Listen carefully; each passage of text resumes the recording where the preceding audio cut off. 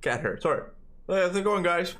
Captain Kuba here. Sorry I'm a little bit late. I had to take care of some things.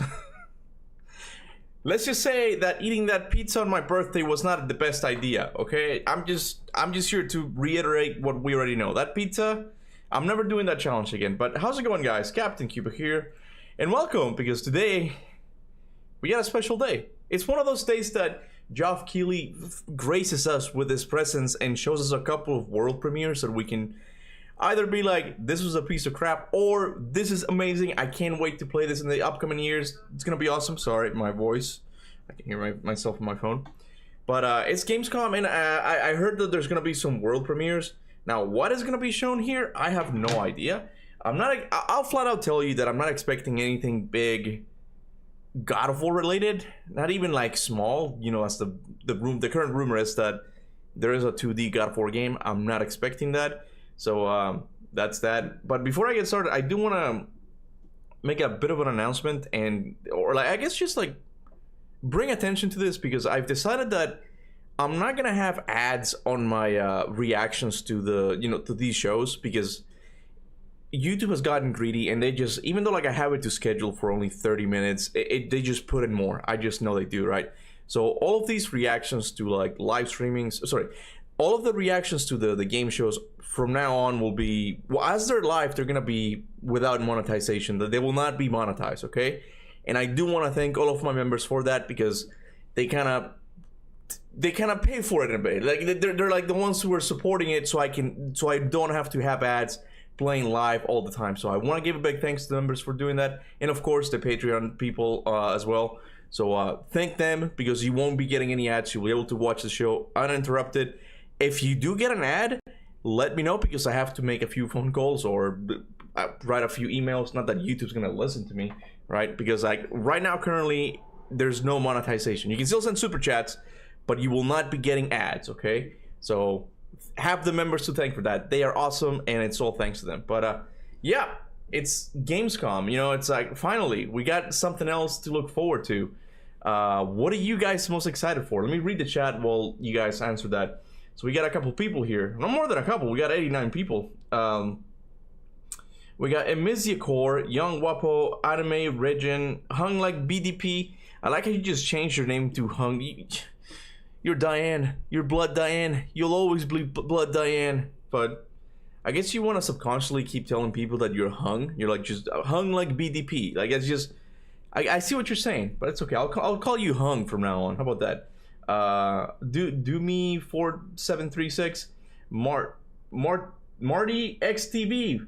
Well, what's up, everybody? How's it going, man? I've been doing good, Captain Wu. Captain Wu, I haven't seen you in a while, man.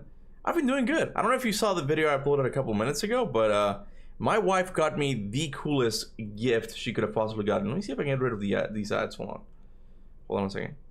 Because I've noticed, like, even on the birthday stream, like, they get kind of annoying, because yeah, they do kind of get in the way. So I'm gonna hide them from now on. Hey, P-Bart, welcome to Spartan Soldiers, man. Thank you so much. Get the cool notification sound. I should probably get rid of that. I just don't know how to do it. Anyway, how am I enjoying the PSP? I'm having so much fun with it, man. I have so many games to play. I have it right here. Right now, I'm playing The Legend of the Dragoon. I should make a video of how much I've changed ever since I've played Expedition 33. I have gone from someone who absolutely hates RPGs, and especially turn-based games, to someone who's kind of a fan now. And I'm like, yeah, I'm gonna play Legend of Dragoon, and I'm like, this is pretty good. And then I'm probably gonna play Final Fantasy VIII. I would go with 7, but I think I'm gonna try 8. I heard it's really good too. I heard 7 is the best out of all of them, and my wife wants me to play Final Fantasy X. So I'm kind of going down this route of like turn-based combat system. Like, this is kind of fun. It's not gonna beat God of War, but this is kind of fun. Like, it's not as bad as I thought it would be. Try Path of Exiles too. That one's more like a Diablo-esque game, right? Where it's more like, it's hack and slasher, but kinda like it's more like, I would almost say like point and click, right? Start with 7.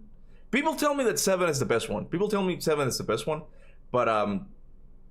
Yeah, I've gone kind of down this like rabbit hole of turn-based games now, and I've amazed myself because I'm like I'm surprised that I'm enjoying Legend of Dragoon, a game that looks like it looks really bad, just graphically speaking, looks really bad, but it's got a really cool art style. But what's really cool about these games is that they were really the first like pioneers when it came to like telling really good stories, because any of the other older games that I played from that era, they're mostly like gameplay focused, which is honestly what I care about the most, but still like a good story every once in a while is important too, right?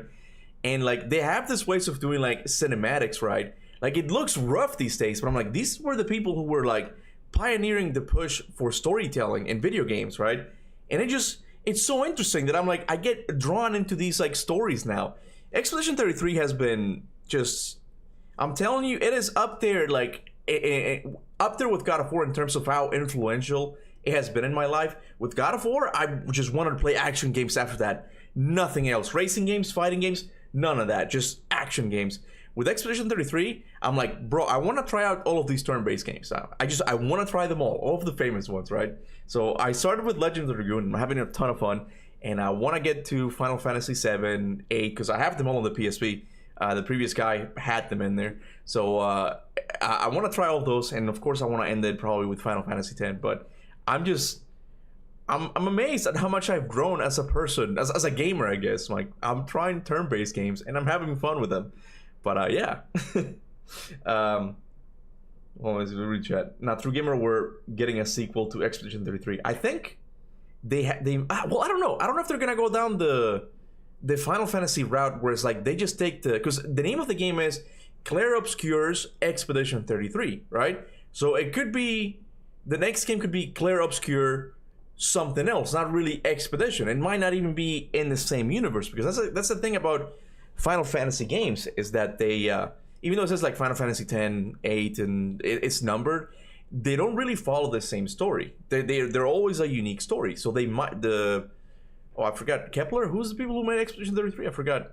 Oh man, I forgot their name. The people who made Expedition 33 might do something similar, where it's like they just, maybe they'll even have like similar characters, like Ifrit in Final Fantasy. He's like throughout the series. He's in Final Fantasy 10. He's in Final Fantasy 16. So like it could be the case that they're doing that. So we might have another Paintress. We might have another Renoir, but they're not gonna be exactly the same. So I wonder if that's what they're gonna do. If they're gonna stay within the universe, I think it would be better if they do a prequel.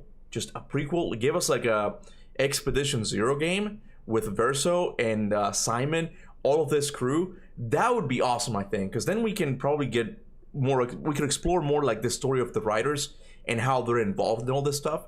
Because a sequel, I just don't know how they'll do it. I really don't know. I think that game's ending, Expedition 33's ending, is beautiful how they did it, and I don't want it ruined. I don't want it ruined. I'm afraid of doing a sequel. Who's it gonna follow? Is it gonna follow Verso? Is it gonna follow, well, not Verso. I mean, technically it could be Verso if you're going with Mael's ending, right? Or Mael from outside the painting, or inside the painting. That's just too, I'm not as interested in that. But it would be interesting to see what they know, because Expedition 33 has become one of the best-selling games of this year. I'm pretty sure it's the best-selling game. So they will probably do something else with the IP. But let me know what you guys think. I have no idea. Hold on a second. My wife is texting me. Oh, that's my brother. I'll have to check my brother. He says it's finally time. Yeah, okay. So this is my brother. It's apparently Silk Song. Wait, Hollow Knight? Wait. So there is a trailer already? Oh my god. Guys. We are legit doing, we're getting a Silk Song trailer, finally. It's finally happening. Oh damn, bro. He just keeps talking, barely reading the chat. I'm so sorry, guys. I'm so sorry. You caught me on a talkative move. I'm really sorry, man. Play as Clea hunting the riders in a crazy-ass meta-narrative. That could work. Playing as Clea, that could work. But Clea is kind of like a villain. So it would be interesting to get like more of a... I wouldn't say a villain necessarily. She's more like a... Similar to Wolverine, like an anti-hero almost. Like she gets the job done. And maybe that would be refreshing. Maybe that could really work, you know? I'm gonna scream without the S if we're getting Silk Song. No, we are. Here, I'll show you guys. Let me go real quick to what he sent me. It's finally happening. I'm not, and this is not. This is as official as it gets. Hold on. Let me click on the link my brother sent, and now I'll go to the thing. Okay. Desktop now. Here we go. It's right here. Team Cherry, Hollow Knight Silksong special announcement. It's happening. It's happening. They're showing it. It's weird that they're doing it in their own. Oh, I gotta get rid of this thing. Hold on. There we go. It's weird that they're doing it in their own. What would you call it? In their own YouTube channel. I thought it was going to be shown on the Gamescom thing. So I don't know.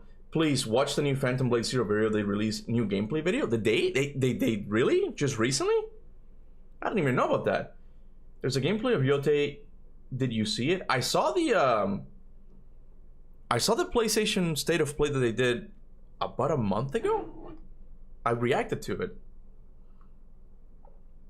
Wait, bro, live stream started? No, it didn't. Bro, don't do that, man. Don't. Wait.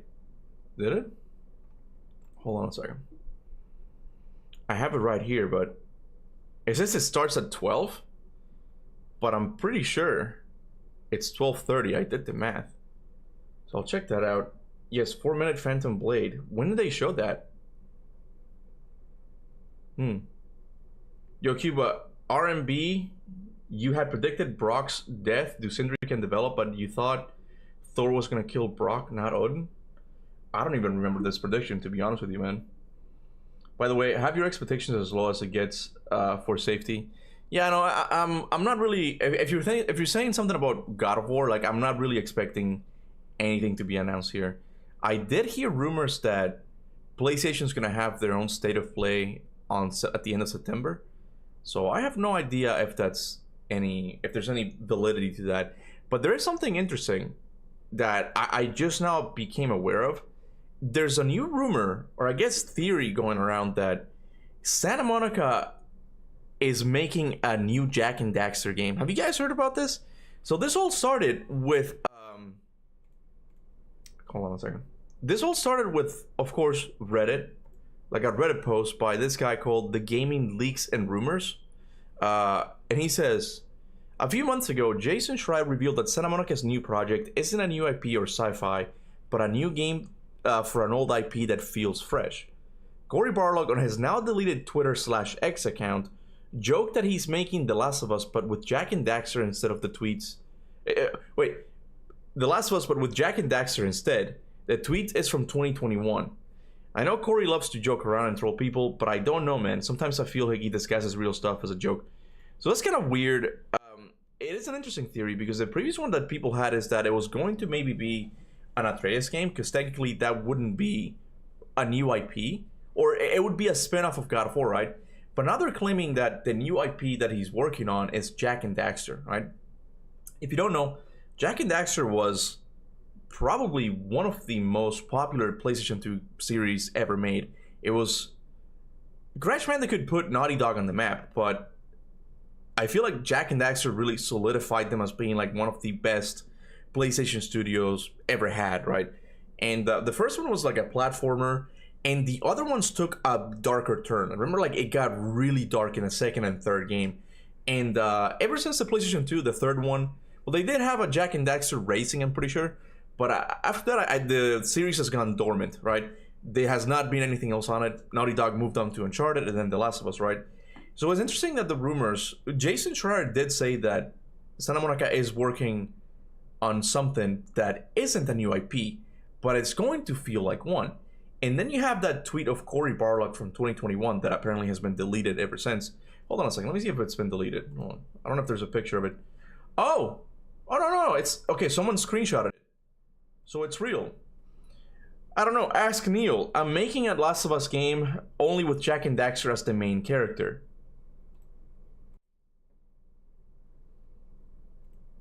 That's interesting. That I know, like he said, I know Cory loves to joke around, but it is interesting that he said that. And I don't know how much I want to believe this. I love Jak and Daxter. I think it's one of the best, if not the best, platformer PlayStation had, at least at the time. Well, I think I'm more of a Ratchet and Clank guy, but Jak and Daxter was pretty good too. And I don't know how much I want to believe this, because I've never heard of like PlayStation giving an IP from a developer to another developer and having them do it, right? At least not a big IP like Jak and Daxter. But then again, it is Santa Monica who took a game that was mostly like an arcade action game like God of War, and turned it into like a grounded story, right? And I know I could have sworn that Naughty Dog was planning on doing something similar with Jak and Daxter. This was before they set out to make Uncharted, I believe. They wanted to make a new Jak and Daxter game, or it could have been after Uncharted instead of The Last of Us. Anyway, they wanted to do like a grounded Jak and Daxter. And I wonder if Naughty Dog is doing their own thing, and Sony has given them this responsibility to Santa Monica, and they're like, do a Jak and Daxter game. Oh, what is that? Oh, it's starting. It's starting. Okay. Well, let me know what you think about that in the chat. I have no idea. I've been talking so much today. I'm so sorry, guys. I'm very talkative. But the thing is starting, and I think it's really loud. Let me know how loud it is.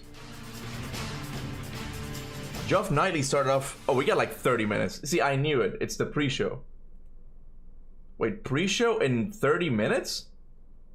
Oh, God. Oh, okay. No, we got some time here. We got some time. We can read the chat in the meantime. Sorry. We are live at Gamescom? No. Corey was drunk speaking the truth. It's interesting because he is trolly. He does troll a lot. And it'd be interesting if he was like, it sounds so insane that he's like, yeah, I'm totally making a Jak and Daxter game, but The Last of Us style. It's interesting if that's actually true, you know? We like when you talk. Why the skull face, though? Why the skull face? Then we got a whole hour left. That's kind of weird. It says pre-show starts in 30 minutes. The show starts at 1 p.m. at 2 p.m. Eastern time. Oh man, I should have live streamed this a little bit later then. We're gonna be here for a while. It's 2 p.m. So that means it's my 1 p.m. We have a whole hour here. Oh my god. I heard something related to Black Myth Wukong is gonna be at the Gamescom. I heard something about that. Let me look that up. Let me look the whole Black Myth thing. Talk amongst yourself. Black Myth Wukong Gamescom rumor. 6 hours ago. Okay.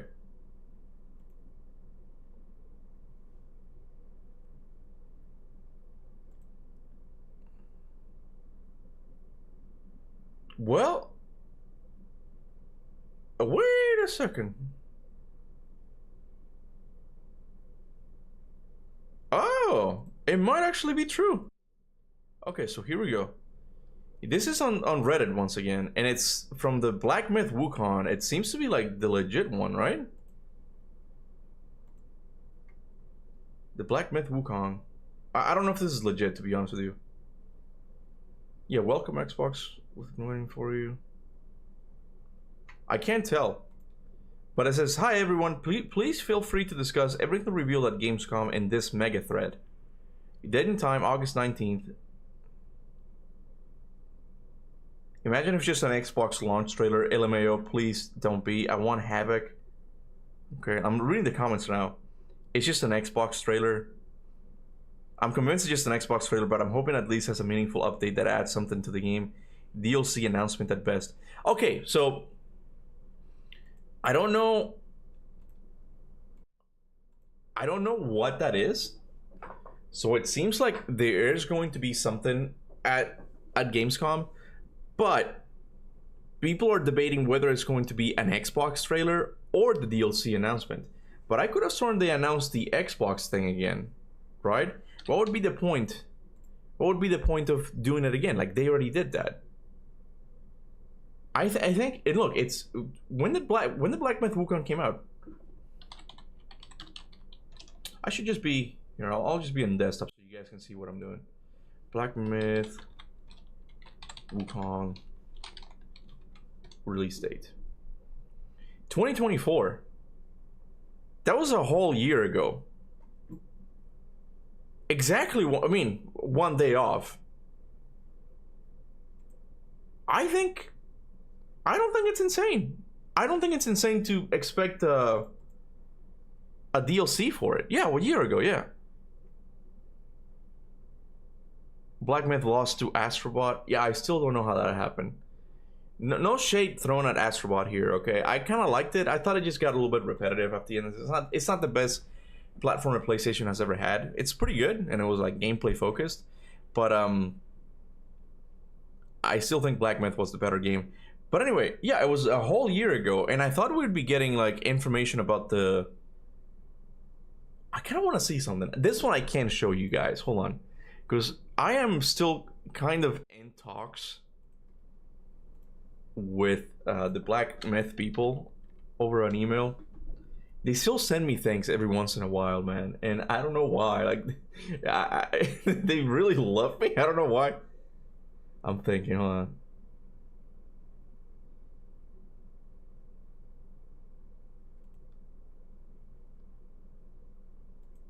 Okay.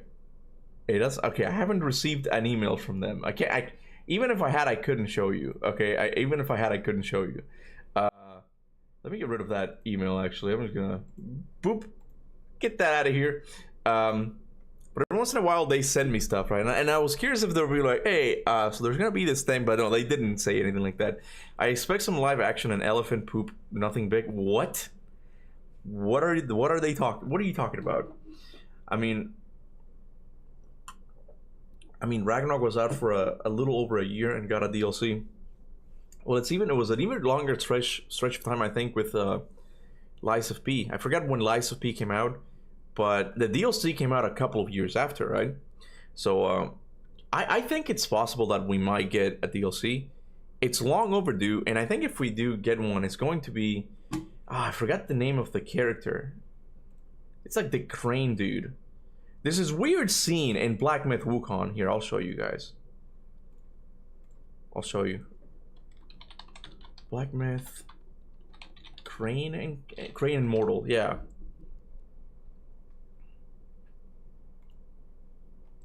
Well, I might have to get an ad. Ads manager puts... Sorry about that. I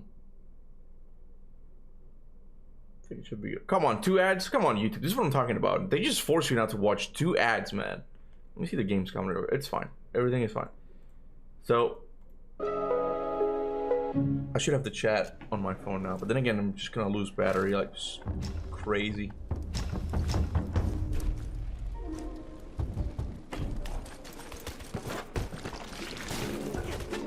Okay, how far is this?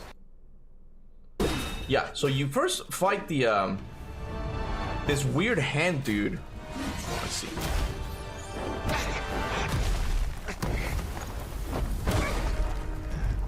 Stop! Spare his life! Foul monkey! No matter how many times you reincarnate, you're still blind to the ways of this world. Now, in your folly, you've hindered the dealings of the court. But above that, you've given a girl who knows no limits a false hope.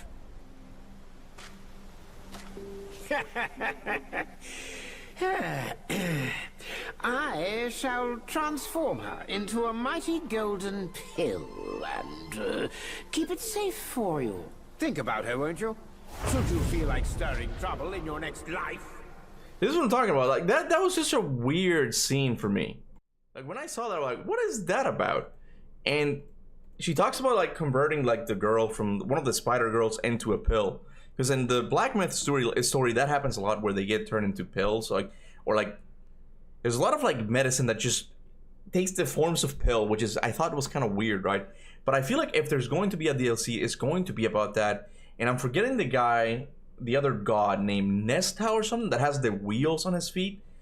I think that guy might be a character as well. Let me have live chat as well. I realize I'm messing this up.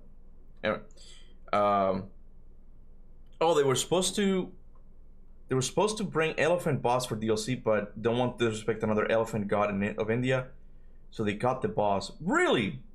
That sounds interesting, man. That sounds interesting.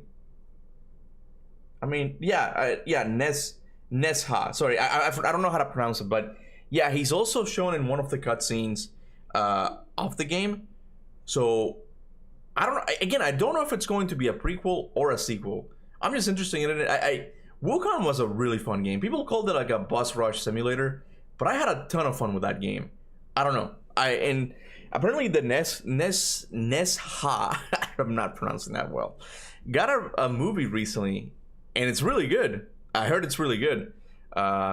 So Sword of Legend. I heard about that one as well, yeah. Kuba clearly meant God of War Ragnarok. Well, it was in 2021, right?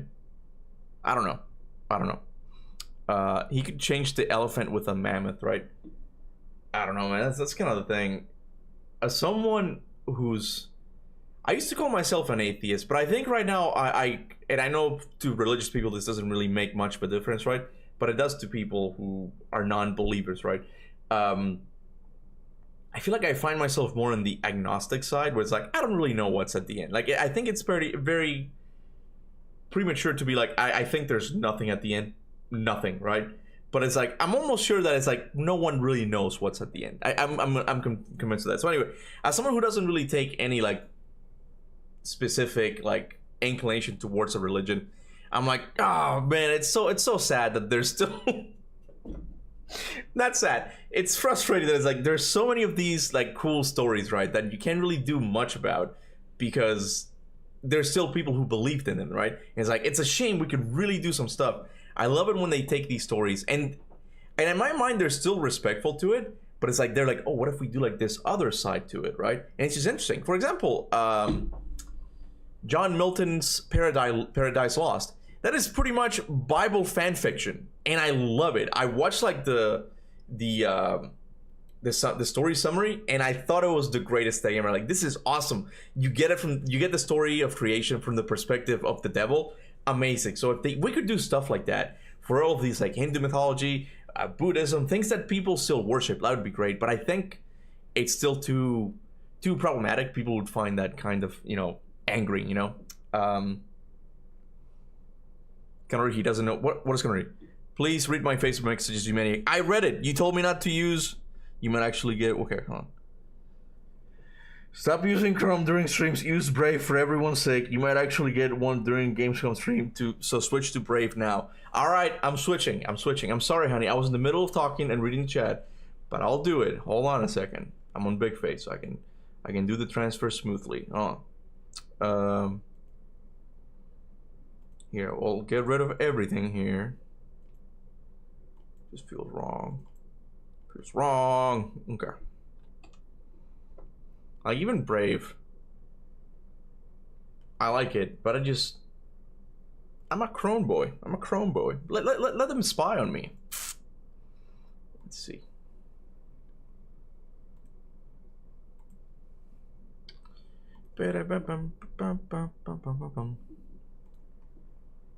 Okay, hold on.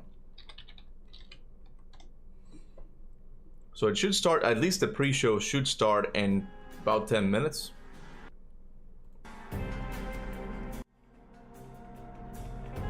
Okay. We should be good now. I still go back to Big Face though.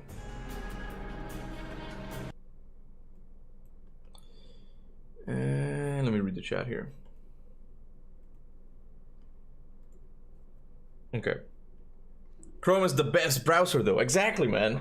I was telling Kuba to read my messages though, but he's ignoring me. I'm not ignoring you. I literally read them. I literally read them just now, okay?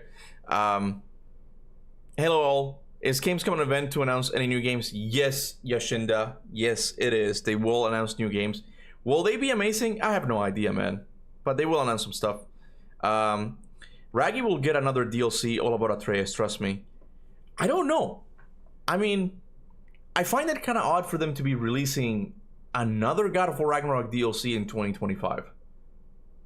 Ragnarok came out in 2022. You realize that, right? That 2022, 23, 24, 25. 3 years ago. This is insane. Like, if they are making a DLC for it, like, I'll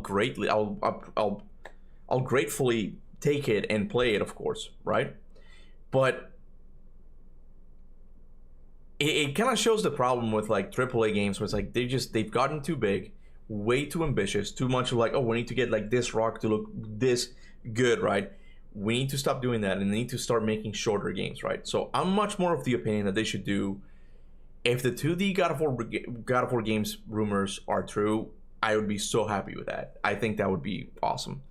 Kuba, you hyped us with that, the God of War DLC? No, I don't. I think it's very, very unlikely.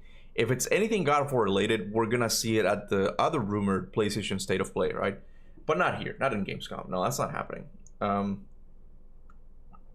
We don't need God of War DLC anymore. A lot of people keep saying that, which tells me that they are interested in it, you know? Hey Cuba, how are you recovering from the pizza monstrosity? I'm still recovering from it, you could say. That's one of the reasons why the the stream was a little bit late today. What? Chat, time to clown and expect Greek Saga remasters. That one, I feel like maybe could potentially be shown here, but I still lean more towards the opinion of that they're going, if they are real, they're going to show them on a PlayStation State of Play, because they want to fill up space. PlayStation kind of messed up with all the live service stuff that just didn't pan out, and now they're scrambling like to fill like their gaps in their State of Plays, you know, because it looks very like empty, right? Do you think the next Santa Monica Studios new IP could be a Atreus game, because the leaks say that it will feel like a new IP when it's not, so maybe it will be called God of Mischief, but rumor. So I talked about that earlier, and I was going over the new rumor that says that Santa Monica, what Jason Schreier meant by that is that Corey and Santa Monica could be making a new Jak and Daxter game, because it is an old IP that it's going to feel new. And I pointed out how Naughty Dog wanted to do something similar with Jak and Daxter originally, have like a more grounded thing, and Santa Monica did the same thing with God of War, where it's like they took it from an action game to a more story focus. So it would be interesting if that's what they're doing. I mostly don't believe that rumor, because I just don't think that they would feel comfortable working on another studio's IP. They're not that type of studio. They have their own things to work on, right? But I guess I do like your theory more that it's going to be an Atreus game. It would be interesting if it is Corey who's making it. It would give me some hope that the Atreus game could be kick-ass, because it's Corey, and he is the one who was very adamant to like put Atreus in the game, right? So it'd be interesting if like he takes it as his responsibility to be like, okay, no, I'm making the Atreus game, right? And it turns out to be really good. But I get what you're saying, because it is part of an already existing IP, right? So God of War. So it would just be like a spin-off, right? But I don't know, the wording of Jason Schreier doesn't seem like he's talking about a spin-off game. Like, it just sounds like the whole thing of it being an old IP, it does sound like it's an already existing IP, not necessarily a spin-off, right? But it would be interesting if Corey is the one who's making the Atreus game, right? Kuba don't want to make God of War anymore. He's always nagging about it. How am I nagging about it? I just said that if Corey's making the Atreus game, I would be down to play it, man. Dustbloods is Bloodborne 2. Give it a rest, people. It does look like it. I want to go back, because someone said that if you're liking turn-based games, but I forgot to read it. Okay, hold on. Let me see if I can find it.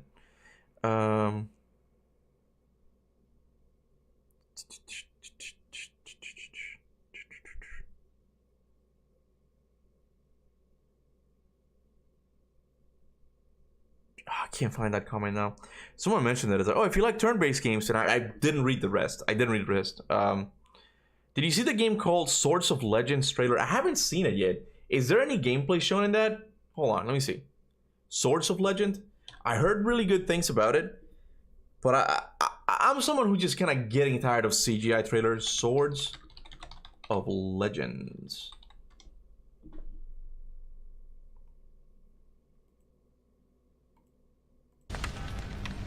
So we don't have much time. We can watch it, but we don't really have a lot of time left to do these things. Oh, I opened Chrome again. Oh no, it was already open.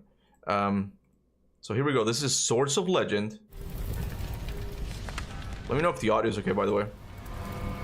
来这地府的魂一日千万，看来你与他们有无甚差别。阎罗大人，人带到了。Ooh. 我想让你回人间。 It got me with the giant.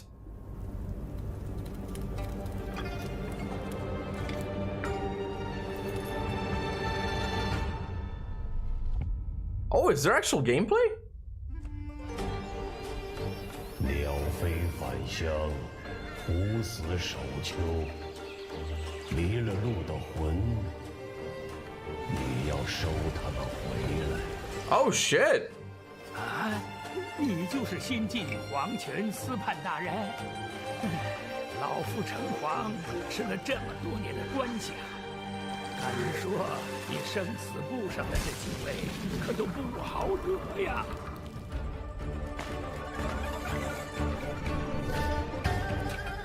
你这无魂之士，也能换我生死？ 我说什么？ That looks cool, man. This looks freaking cool.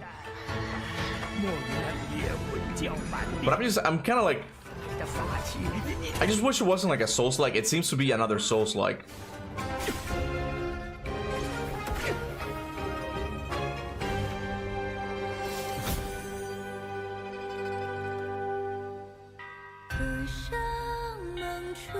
Heyo.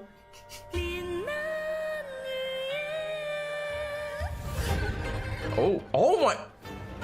Yo, she looks like, what's the Norse mythology lady? Loki's daughter. I forgot. Is it Hel? Just Hel, right? It's giving me that vibe. I know it's not. I know it's not. It's China.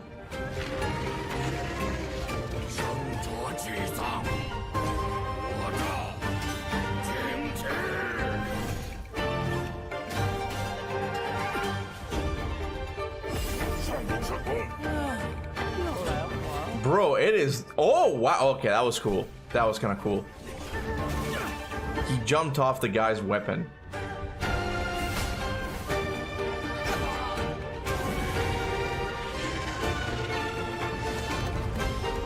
Oh my god. Oh my goodness.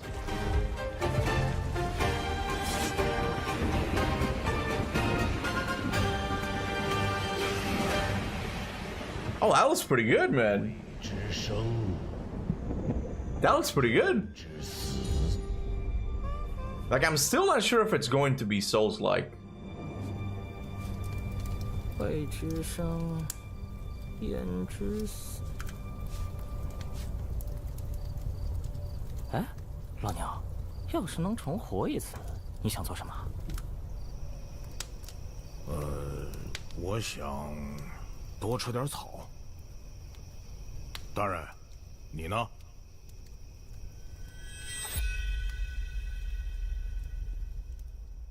That's freaking cool, man. I'm not too like big into the whole oh, it's a little bit delayed, I guess. Yeah, it's a little bit delayed. I'm not big, as you guys know, into Souls-like. I mean, I do like a couple of them, right? But that's the only thing. I'm not sure if it's going to be a Souls-like. If it's going to be more action, I would love it, man. Corey talking right now? What do you mean he's talking? What do you mean he's talking? Don't come in saying that. You can't say that, man. I know you're joking, but don't, because for one thing, I don't even have Twitter now. I can't go and check that, okay? Ever since Wukong, we have been getting multiple games like this. Yeah, Wukong has been really important for all of the I was gonna say Chinese, but even like Asia market of gaming. Like, it's like it has now become a possibility. It's like, oh, it's not just in Japan and in the West, you know, where you make games. Like, all of these countries are now coming into the fray and making their own AAA games, right? Wukong has showed them a way, I guess, right? And it's just interesting. I like it. I'm appreciative because, like, we're getting all of these games that take from a culture that the West is not really that familiar with, right? All of these things just look weird to us, right? But for a Chinese person, this might be like, oh yeah, that's the house that walks. That's That's wrong. Okay, I did not meant it as a bad thing. I was trying to say a Chinese word, but I caught myself like, no, Cuba, that's a little bit too insensitive. But you guys know what I meant. Like, to them, it might just be like really like something that they grew up with and they know exactly what it is, right? So now we get to experience their stories, right? So it's just cool that that has happened, and I think it needs to happen all over the world, man. You guys know that something I've wanted for the longest time is an action game like God of War, especially the older God of War games, but an Aztec mythology. Oh my god, that would be so cool. That would be so cool, but I don't know why. I guess like they don't have enough resources to make these games, but that would be so awesome, man. Clip it, don't you fucking dare. Don't you fucking dare, you know? Because I'm like, okay, look, about the Chinese thing, okay? About the Chinese thing.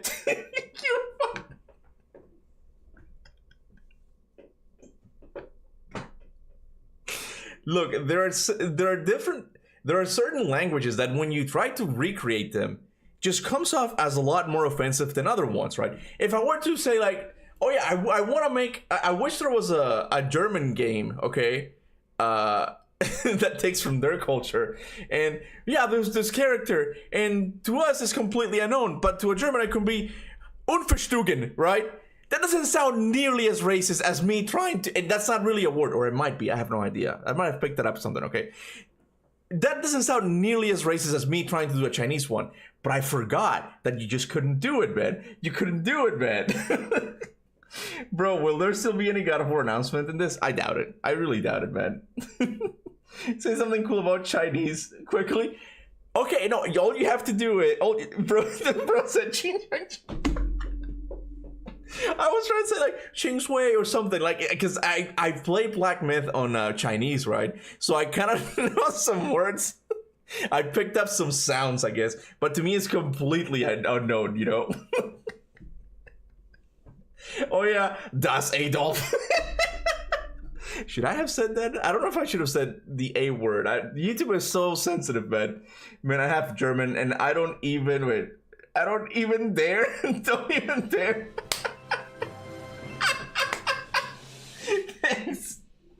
Thanks, P-Bart. He says... Social credit score plus 1,000. China emoji. Speaking Silet emoji. Speaking Silet emoji. 100 emoji. 100 emoji. 100 emoji. 100 emoji. Ching ching. I got my social, what is it called? Socials credit score up, yeah. Well, even in the context that I was talking about, all you can tell is that there was nothing offensive about it. I was genuinely praising the idea of making games about their culture. I think it's really cool. I think when it comes to these cultural games, it's much better when they're made by someone who's from that culture. Like, you really get like the full source, you know? Like you get the passion. And that's kind of what you get with Black Myth, right? Because you can just feel like the Chinese culture just dripping out of it, right? And it's just cool. It's cool. But then again, I'm not someone who's like, only Chinese people can do like Chinese story games, right? I'm not saying that, because you look at Lies of P, which is a studio, was made by a studio in Korea, right? And the game they made, Lies of P, it's about Western culture. Gnosticism, Christianity, all of these things are explored in Lies of P. And they did a really good job. So, but I'm just interested in like in those like games that are like, oh yeah, like this is Chinese people who made a game about like Black Myth, right? Sorry, Wukong, right? And it worked out really well. And if they could do the same thing for the Aztec culture, that would be so awesome. Let me check Gamescom real quick. It says that we're 1 minute off. Okay.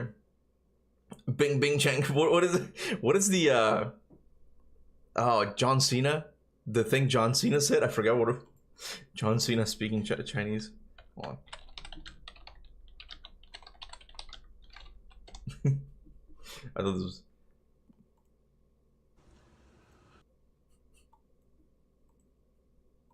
Can I even show this? I don't even know. At this point, I don't know anymore. 你好，微博。现在我拍电影，但是我给手机吃饭，我不可以用我的手机。我们拍的时候。I mean, to me, this sounds impressive. It sounds like he's legit speaking, but apparently, like, when Chinese people heard that, it's like, Jesus, what the hell is he saying, right? Because it doesn't make any sense.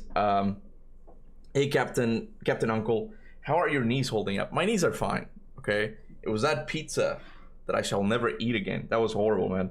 John Cena had to apologize for it. Did he really? What did he have to apologize for? The Rock Chinese dude? What Rock? Oh, hey, P-Bart. Thanks, man. Ching Ching Long Dong, speaking Silet emoji, China emoji. I like how he's just doing like Chinese, like stereotypical, like, stop it. I gotta take the money though, but stop it, man. Come on. John Cena blew the horn. The Rock actually speaks really good Chinese. No, he doesn't. I don't believe you for a second. It says that the show's about to start. Let me check. Oh, it seems to have started. Hello and welcome. Oh, I got a super chat. Gamescom opening night. I have no soul for souls like. And I totally get that. Gohan. Okay, it for a time there, it seemed like there just was nothing but Souls-like, right? But I do think they have a place in gaming. Okay, they're important. Okay, I think Souls-like is one of those types of genres that you get one of the best like stories in video games, where it's like it's really unique to gaming, where it's like you got to look at the environmental storytelling. Is this Bugsy? What is Bugsy doing here? Bubsy? From all those classic games you loved. Was it something I said? What could possibly go wrong? Forget about that. Let's talk about the new one. Bubsy 4D. Now this I like. They're making a Bubsy game? Don't mind if I do. Zoink. They call me the orange. Let me know how the audio is, by the way. I couldn't check for obvious reasons.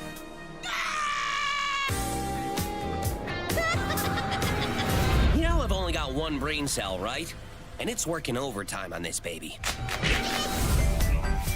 Bubsy 4D. Sorry, I didn't even know they were still around. I wonder how it's gonna. Bubsy has never been like the best game like ever. Flasher says, I've been asking you to watch a new Phantom Blade Zero video for like 30 minutes. I don't want to watch it now because we're in the middle of the show. So remind me before we leave. I'll have to watch it. Let me know what it's called though. Let me know what it's called. What is this furry shit? Well, okay, Bubsy has been a series that's been around for a long time now, since the SNES. Now, what is this?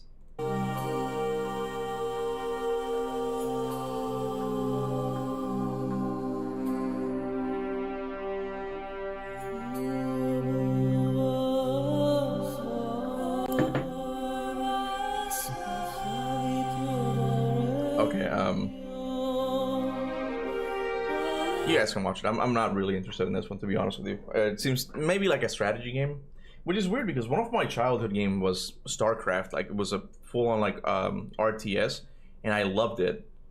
But I didn't really like nurture that love for it, and I never really played any more like RTS games. But so whenever I see one of these things, I'm like, I'm just not interested. Seems like there's too much going on the screen. But who knows? I'm now playing turn-based games. I might give this a try and like really love it. You know. Peak has arrived? Who has arrived? Oh, it's Star Trek? It's not Star Trek, is it? Star Trek is one of those things that I surprisingly have never watched, a show nor a movie. But guys, I don't know if you guys told me, no one has said, so I'm guessing it is, but I'm gonna unmute the video. Let me know how the audio is compared to mine, like if I need to raise it or not, okay? All right, here we go. Time before the main event. I like big booties and I cannot lie. I don't know why I said that. How is the audio? Let me know. Here's a trailer. Classic remastered by Night Dive Studios. Getting a lot of Atari shit.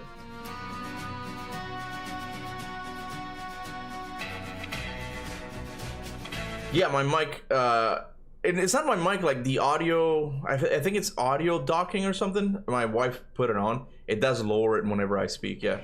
Keep that feeling.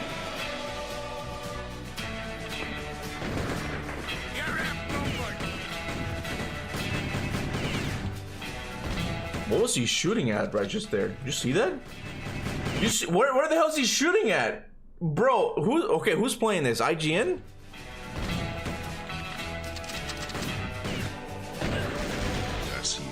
This guy's aim. The city has fire. Hey, Daniel. It's gonna take more than bullets. Lower a bit. What you want, mister? Come on. Once a law, man. Always a law. Should I lower it just a little bit? I guess I'll lower it just a teensy bit. Teensy bit. Oh, did I get another super chat? Oh, thought I did for a sec. If you thought maybe I was exaggerating a little bit when I said this pre-show is filled with really good, Okay. like this one.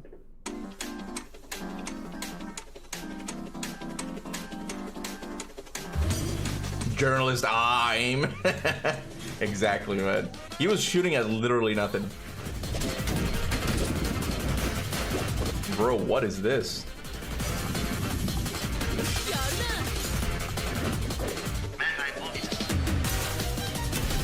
What is this?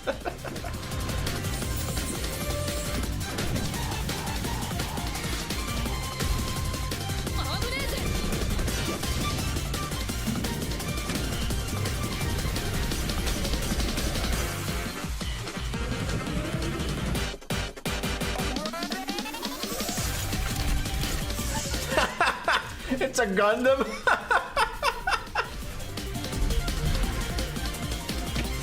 I mean, leave it to Japan, man. Like they only they can come up with stuff like that. Someone said like more slop. This year's Xbox Showcase, No, it's Double Fine announced their first. It's not necessarily slop. It's just like smaller games. Like they're not gonna have like the big stuff. This is only the pre-show, guys. Like we're not gonna just have this guy sitting in his room and with a mic. This is not gonna be the show. This is just the pre-show, okay? So don't worry about that. Oh, this is that weird lighthouse game. I thought that one looked kind of interesting. The lighthouse, but also the bird as well, right? This duo. And I'm curious about whether that was conceptualized first as like imagery, like it sounds like a cool idea, or if that was conceptualized first from like a gameplay standpoint. I always think about the total experience more than, say, mechanics and art and story. A lot of the game is about, you know, this lighthouse waking up after eons of lying dormant and learning to walk. And the bird is part of that, right? So the bird and the lighthouse are perfect companions because they're different. At the same time, the bird is wary of dark spaces, and there's a malevolent presence around the island that the lighthouse can keep at bay. Yeah, we can watch the link, but I'll read the chat. I thought it was Simpsons Hit and Run. Is that the Dreamcast one? I heard it was a really popular Simpsons game, right?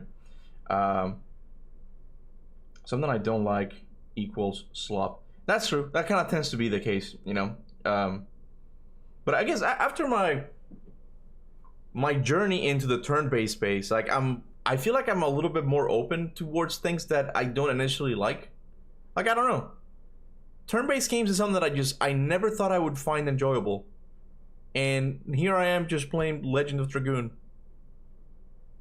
Just, I'm amazed by it. Now this guy's yapping. Who is the guy talking? Is it me? Am I yapping? Well, it is my stream, okay? I get to talk, okay? We got Subway Surfers Ultra Pro next. Yeah, I don't know what shows they will have here, to be honest with you. But it is like smaller indie titles, I feel like. They're not going to have the big stuff here. I wonder what big stuff they're going to have at Gamescom. I feel like these shows have gotten progressively less exciting, and I don't know if that's because I'm getting older and just modern games don't interest me nearly as much. But I don't know. I feel like if we get, and it seems like we are going to get the Silksong trailer, if we get that, plus the Black Myth DLC, I think I'll be happy. Those are the two things I care about the most. I think the Silksong trailer is pretty much confirmed. Whoa. We're getting a beat 'em up of He-Man? Power in your hands. Grab a friend and fight for Eternia with what is that controller? Classic arcade controls. It's powered up pixel perfection for your gaming console or personal computer. He-Man and the Masters of the Universe Dragon Pearl of Destruction coming soon. Okay. From Limited Run Games. That was a weird controller I saw. What time does it start, people, please? It starts in... He doesn't have the timer here, but it should be in 15 minutes. Yeah. Silksong will never be released. Bro, my dude. There's an announcement today. There's an announcement coming today. Oh, I've played the demo for this game. This is Absalon, I think. It's pretty good. If you haven't tried it, you need to try it. I don't know if it's available still. It's a beat 'em up. but it plays just like old school action games. Just there's a combo meter and stuff. It plays really well. This is not doing it justice right now. I swear it's not. Oh, it's a new character, the frog.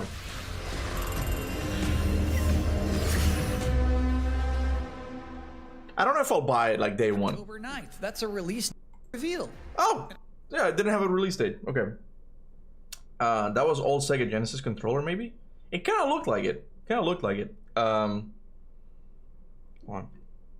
Games don't interest Kuba as much anymore because he's an unk. He's only 5 years older than me.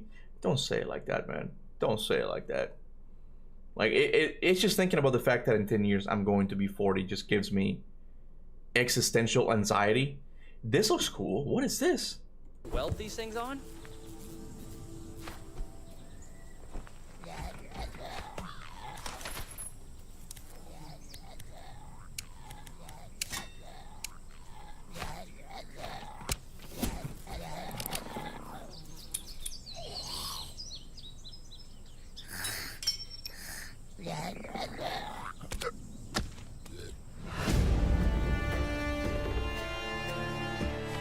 I just like the art style.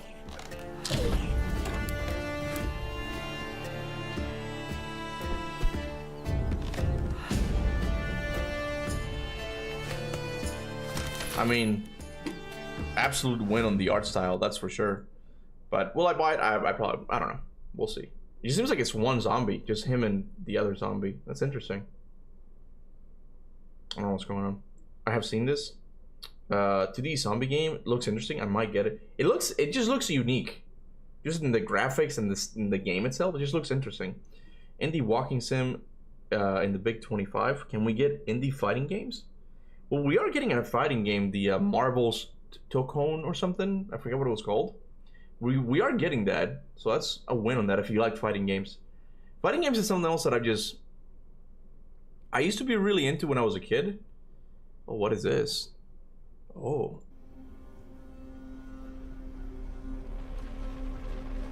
Well, what's this? Is this the Napoleonic War? It is.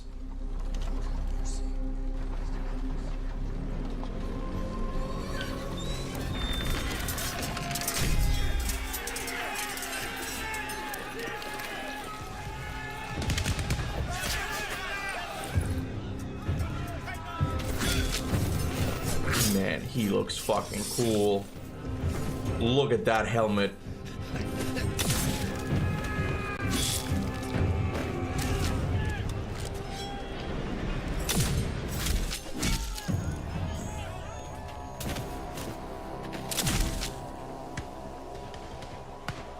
This is giving me some serious Order 1886 vibes.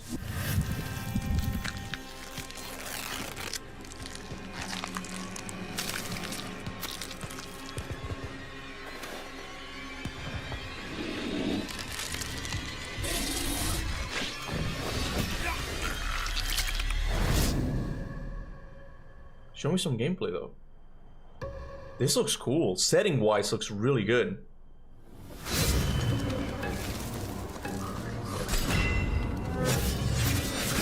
Oh my god.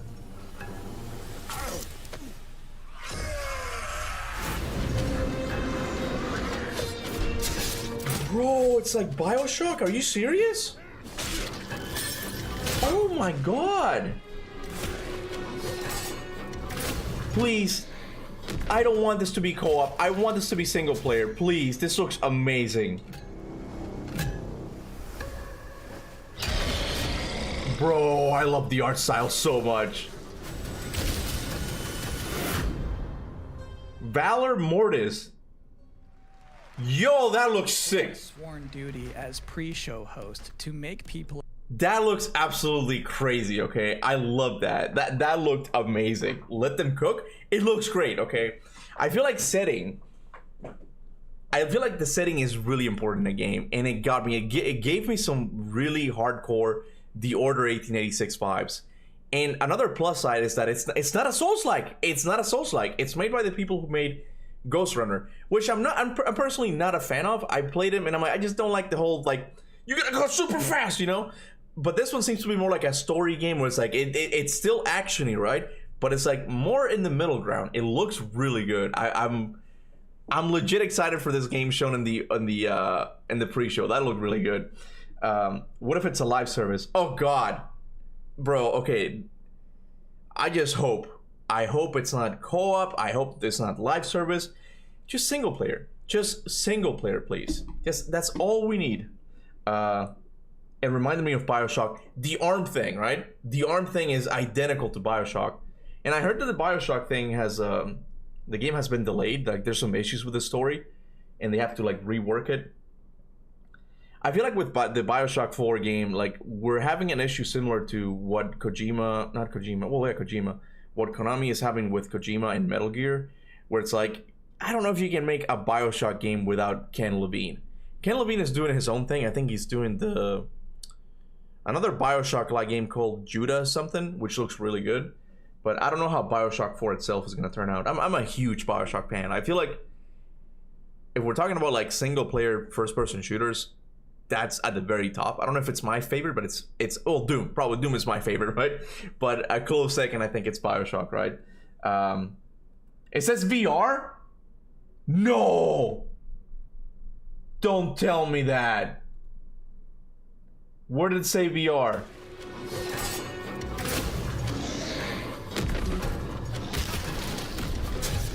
Is it VR? Is it? You talking about this game?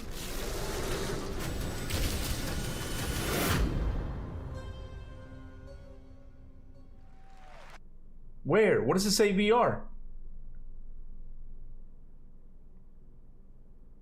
It's not, bro. Don't do that. I don't see VR anywhere. So it's my sworn Let me duty see. as pre-show host to make people excited about Gamescom opening night live. Thing is, you can't just tell someone to be excited. You can't just say, y'all excited, and expect people to start clapping. You have to give them a reason to be excited.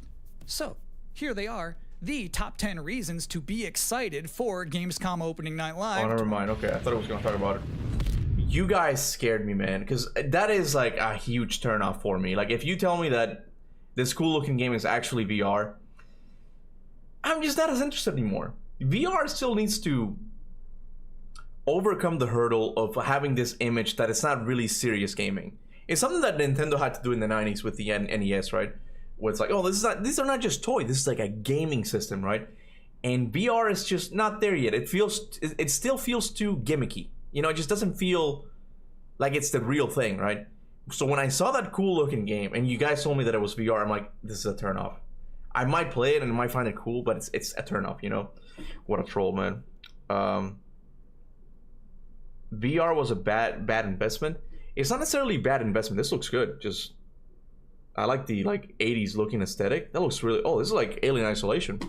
I don't think VR is necessarily a bad investment. It's just it's not ready there. Like the movement is still not there. That's the issue with it. It doesn't feel like real gaming. You have to too much stuff. You have to put on that shit. Like the moment like you put a microchip in your brain, that's gonna be different. Okay, will people actually do that? I have no idea. But I feel like that's when it's gonna be really different, right? It feels single player. Well, the Ghost Runner people, I don't think they've ever done a VR game. They've always done like action games, right? I never liked VR. It's just not there yet. It's not where you're going to get like true gaming experience, you know. This looks really interesting. What is this? It looks like Alien Isolation.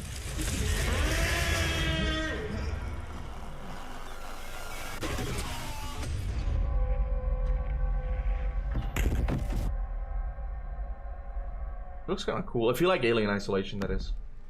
Interesting fact about that game, they actually created that whole environment by 3D scanning the entire bathroom of Jeff Keighley's mansion. Now, we've got 3 more videos and not a lot of time left before ONL begins, so next up, 2 trailers back to back. Millions of souls pour into the underworld every day. Oh, here it is. You're no different. Oh, it's in English now. My lord, he's here. I bid you walk the mortal world once more.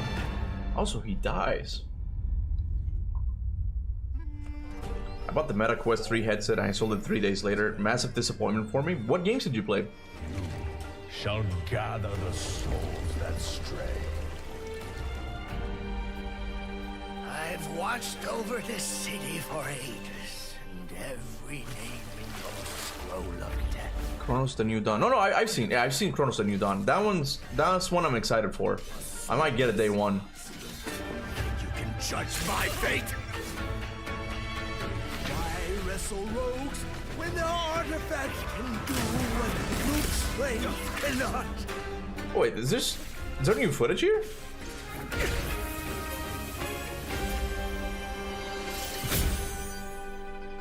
Yeah, we saw it, but in Chinese though.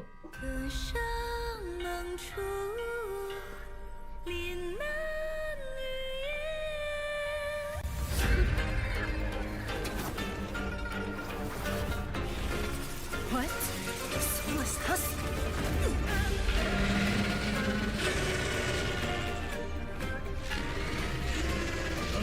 Yeah, there's new footage, I'm pretty sure. And sacrifice ignites the war banner. Doesn't this give you like Radon? Is it Radon from Elden Ring? Like Radon vibes a little bit, just like the setting, the redness and all that. Is it just me?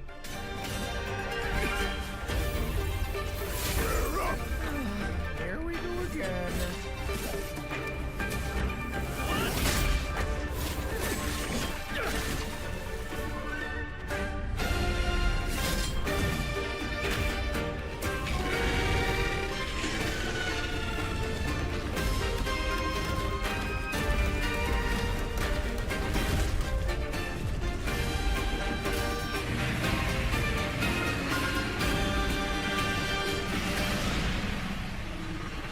If you know not life, how can you know death?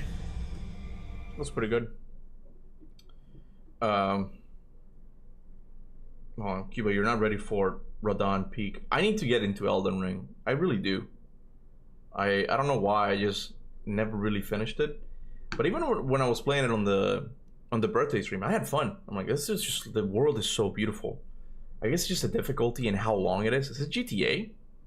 Doesn't look like GTA. The house chasing is a good concept. Yeah, like oh, I forgot. It's like an European tale. I forgot what it was. God damn it! What's the name of that story? I forgot it. Completely forgot it. Did I play Banishers Ghost of Eden? I played the demo, and I guess I didn't. It didn't click with me, but I want to give it a shot just because it kind of looks like a God of War 2018 inspired, just in the combat, just like how close it is and like how you move and stuff. It looks very God of War 2018, but I think it's more RPG, right? Like where you have choices and you can save certain people. I forget how it goes, but they're well, the name says it, right? Ghosts of Edens, right? Yeah, they're like banishing ghosts and undead spirits or something, right? So it looks interesting. I think it was one of those like super underrated games of 2024 or 2025. I don't remember when it came out. But I could consider playing it. It's just my backlog for things that I have to live stream.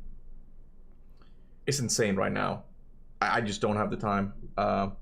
It's so cool. It looks cool. I remember seeing it. This looks pretty cool. But the demo itself just didn't click with me as much. And I don't know why. What is this game? Road Kings? Is this like the show from the History Channel? Truck Simulator? No way we see GTA, but if we do, I'll crap myself. I don't think we'll do. I just don't. We go live. Sega. Oh, it's Sonic.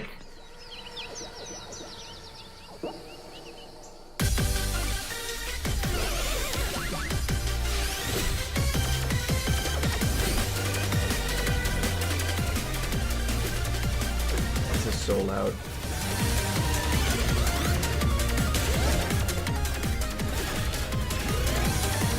What is this?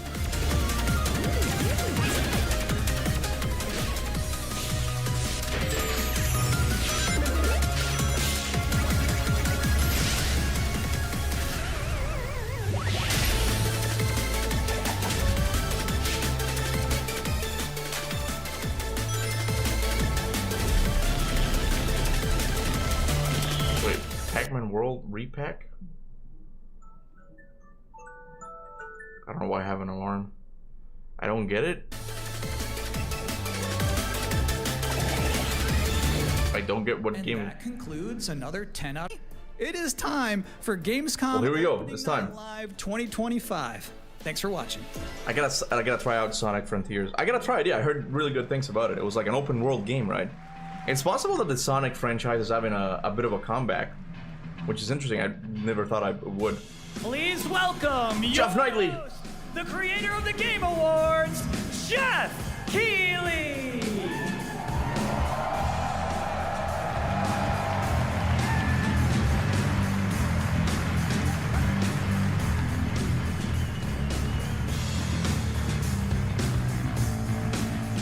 You guys ready?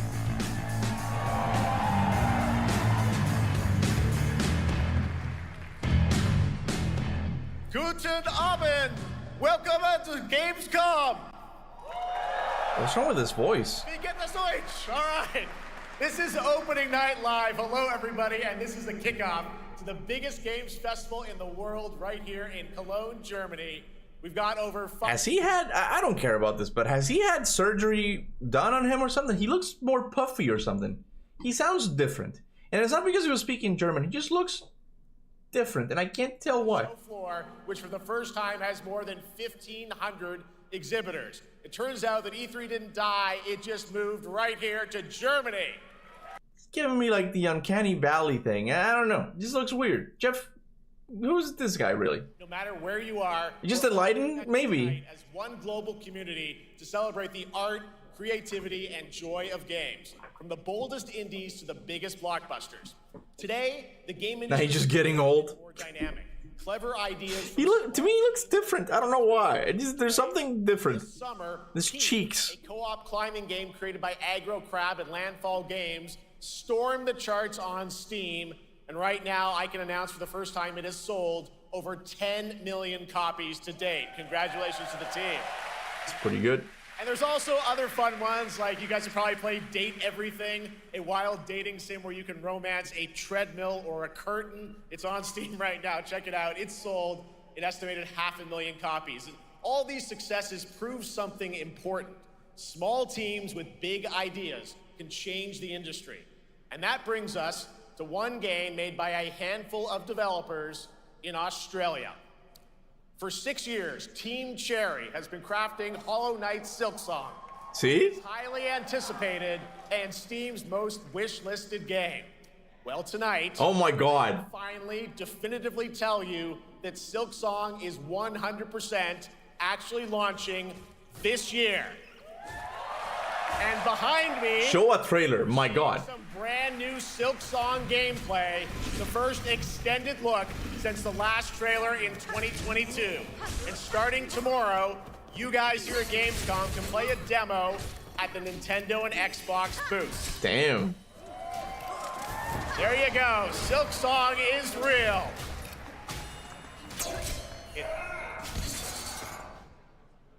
And no on trailer? Thursday, Team Cherry is going to be sharing some news as part of a YouTube premiere on their channel, so make sure to check that out. Tonight, we'll give you a first look at this holiday's biggest games, like Call of Duty Black Ops 7 and Ghost of Yotei, plus major news on Prime Video's Fallout Season 2 arriving in December. And later, we'll have a special performance of the music of Claire Obscure Expedition 33, one of this year's most celebrated games developed right here in Europe. Plus, a brand new look at Resident Evil Requiem from Capcom, and the world premiere of the opening cinematic from World of Warcraft Midnight from Blizzard.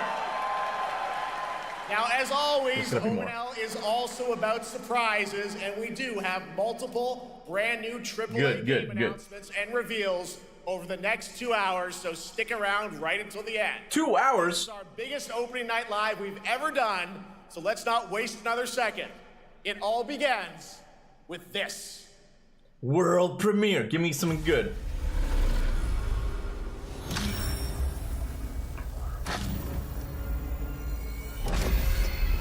This is Black Ops. It gives me such satisfaction to see you here. Menendez.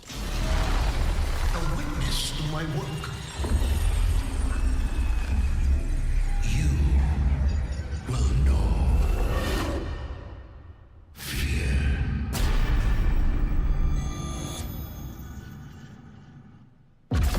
They want you afraid. Fear makes you easier to control. It's time to wake up. Your streets shall once again run red with your blood. How is Menendez still alive? Unrest on an unprecedented scale. Menendez is a terrorist. We're bringing peace and security to the world. He refuses to let me go. Stop looking backwards. What matters is what we do next. It looks so goofy. A lot of people counting on us for answers.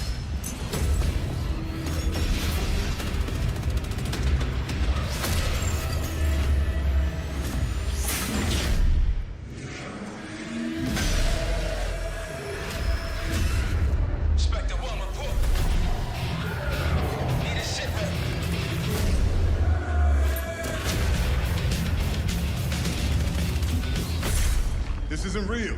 The hell it ain't!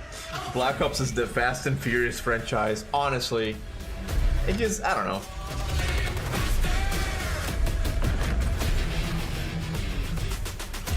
It's just gonna have like trippy levels, but it's just gonna be the same old game. Like it's just, I don't know. I think one of the worst things. Oh, it's the. I know that map from Black Ops 2. I feel like the biggest issue, Activision, not from their perspective, but from the player's perspective, I think the biggest mistake they did with the Call of Duty franchise was the yearly release thing. We get no break, man. We get no break from this franchise at all. Like every year, there's just something. And it really does become to feel like it's slop. Like it's just like, all right, yeah. So now we're doing AI. Oh, the Colossus of Rhodes. Okay, it's like what? I don't know. Get the Reznov Challenge Pack when you pre-order now. Look at all this shit. Look at all this shit.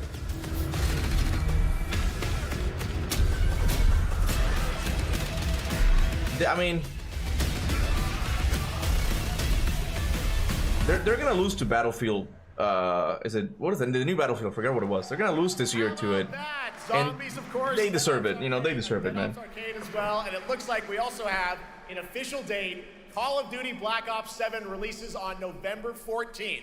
And to tell us more, please welcome Miles Leslie from Treyarch and Natalie Pohorsky from Raven to Opening Night Live. Get ready for a 200 game for no apparent reason.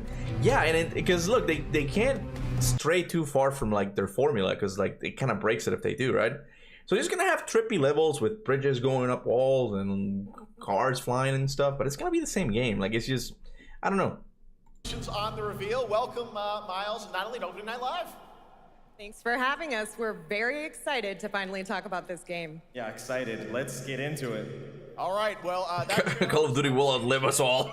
Honestly, I think it will, man. Battlefield 6 sucks. I haven't tried it, but I heard really good things about it. So, and I've always preferred Battlefield more, at least in multiplayer. Always.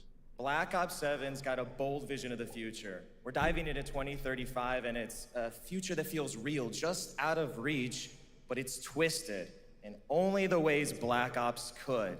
And, you know, you come to expect what you got there. It's a world of fear. The shadows are gone. Nothing is what it seems. Yeah, 2035 setting. So the question is, you know, I would only be getting this for zombies if it looks good. Yeah, so we're pulling threads from. Man, for me, zombies, like the best one was the very first one, just because it was simpler. I never liked it when it got too like convoluted. It was just never for me. I don't know. Call of Duty really had me like in the Modern Warfare period. Like I loved it, and even the first Black Ops. I went up until Black Ops 2, and then I'm like, I just kind of lost interest in the series overall, right? It became too much. Like it's every year. It just became like homework, right? But apparently it sells well because they keep making it, and I don't know. I don't really understand why. And every mission, every move is a yeah, test. I can still go live. We're also introducing the Guild. Yes. Important to mention, a global tech force that claims to be humanity's last line of defense against this mysterious threat. And their CEO, Emma Kagan, is a visionary leader with a clear mission, but how she chooses to confront this crisis is often at odds with David and his team. So it's not a battle of good versus evil, it's a clash of philosophies. What kind of future are we building, and who gets to decide? All right, so some deep thoughts there. So yeah, tell us about how does this story stand apart this time? It's the characters. Okay. So the story is about identity, memory, and consequence. And we've crafted this cast like pieces of a puzzle. So each one has a reason to be there, and each one brings something unique to the table. And we've also got our central city of Avalon, which is more than just a backdrop. It's a living, breathing space that evolves with the player. And it's also where our story roots take hold. All right, well, one thing we want to talk about is gameplay, and I understand you're doing a co-op campaign for this one? That's right. From the start, we wanted to make a bold change with the campaign.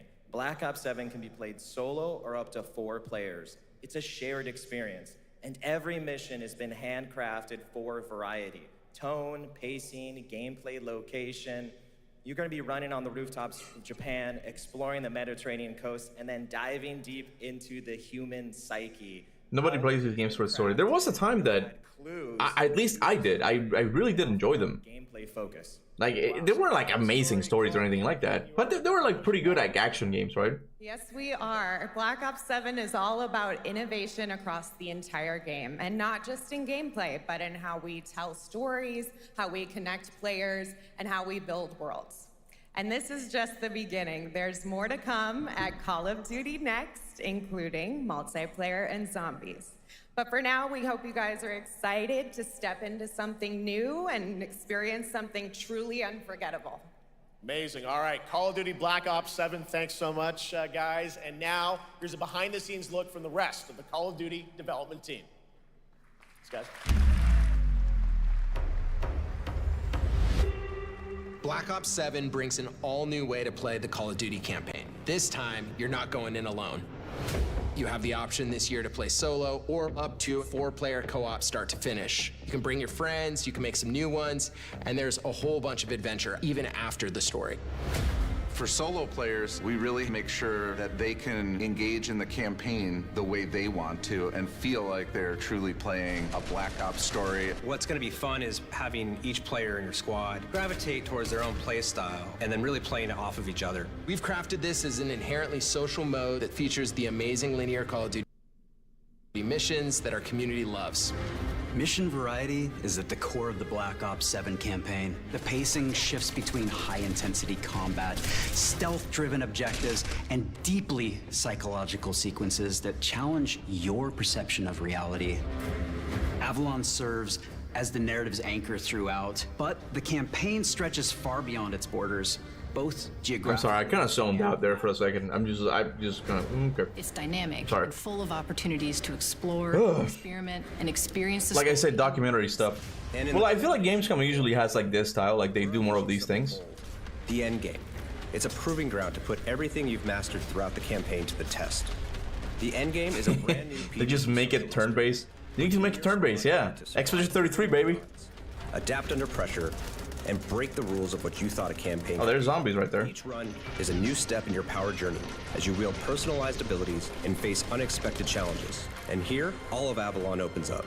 It gives us a lot of freedom to have some fun with the gameplay mechanics, player movement. Bro, this reminds me of that turn the map into Marvel game documentary and State of Play. Remember that shit, man? Beyond the mission. I mean, to be fair, like that was when. That's just a quick look at what's to come. That was when, like, I guess in that State of Play, Sony just didn't have a lot of games to show because a lot of things were canceled, and they just like stretched it out by that documentary. I didn't understand that at all, but yeah, they did that. For you in Black Ops 7.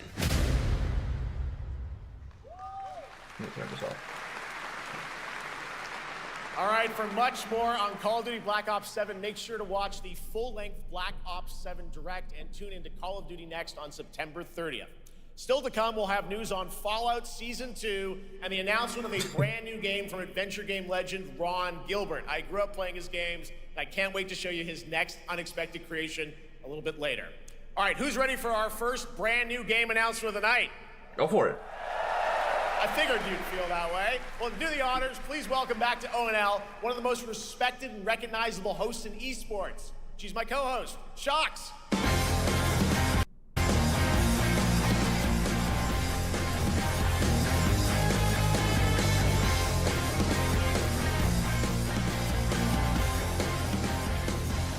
I could talk to chat about the weather and find it more interesting. Back here at Gamescom and ONL. I just had so much fun last year that I had to run it back. And let me just say, we have an unbelievable show for you tonight. What does it mean I had to run it back? What does that mean? I heard that recently a lot. I had to run it back, run it back. What does that mean?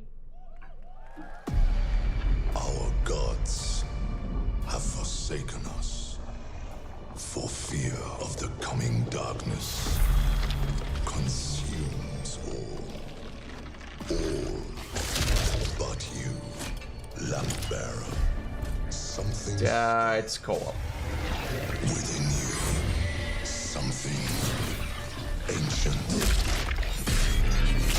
powerful, hungry. So I ask you, will you harness this darkness within and deliver unto our so-called lords retribution?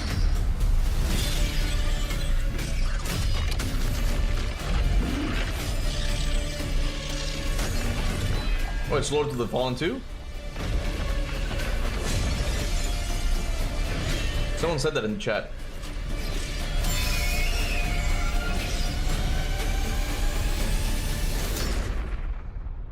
But should you fall, the world falls with you.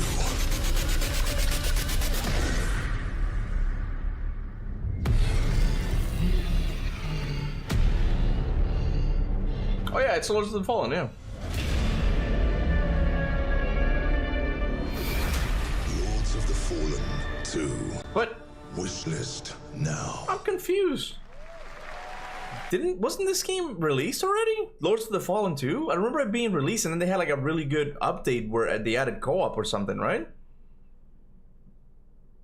Begins to tear. CI Games promises a sequel that's bloodier, faster, and more brutal than ever. Hold me like that. Combat and boss battles. Your first look at gameplay will arrive later this year.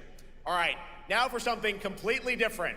This next game won Game of the Year at the Game Awards and comes from one of the most celebrated studios on the planet. Next year, it's making the leap to become a major anime. And tonight, we're breaking the news with your exclusive first look.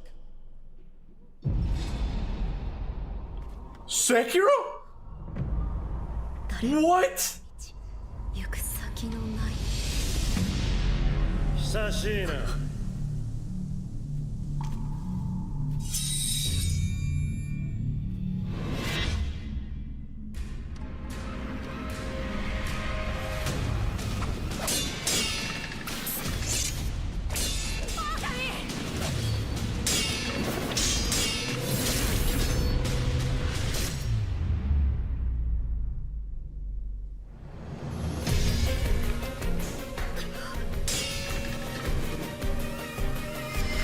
Wow!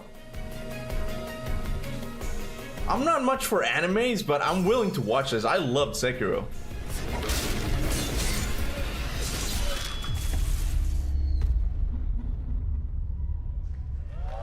Damn, this announcement came out of nowhere.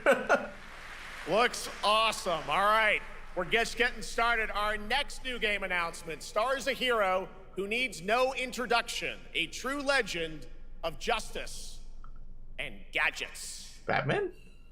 Oh, God.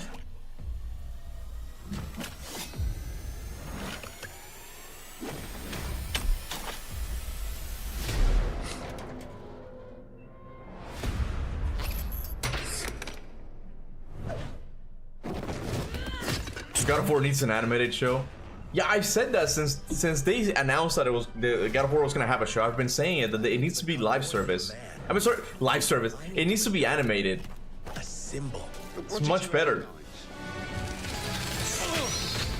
Like, I personally, like, I'm not a big fan. Like, even when in the Call of Duty showcase, like, the protagonist is being played by, whoa, Is this like Arkham City but in Lego form? I think it is. Hey, you guys wanted Batman Arkham back, so here you have it. I'm Batman.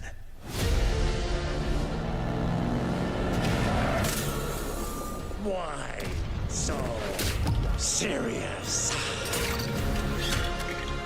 You want to get nuts? Let's get nuts. I'm allergic to nuts. Day one pre-order, says Daniel. I've never played any of the Lego games, but this one just looks a lot like the Arkham games, just in Lego form. Like, that's kind of cool. I'm more open to it, I should say. I got you!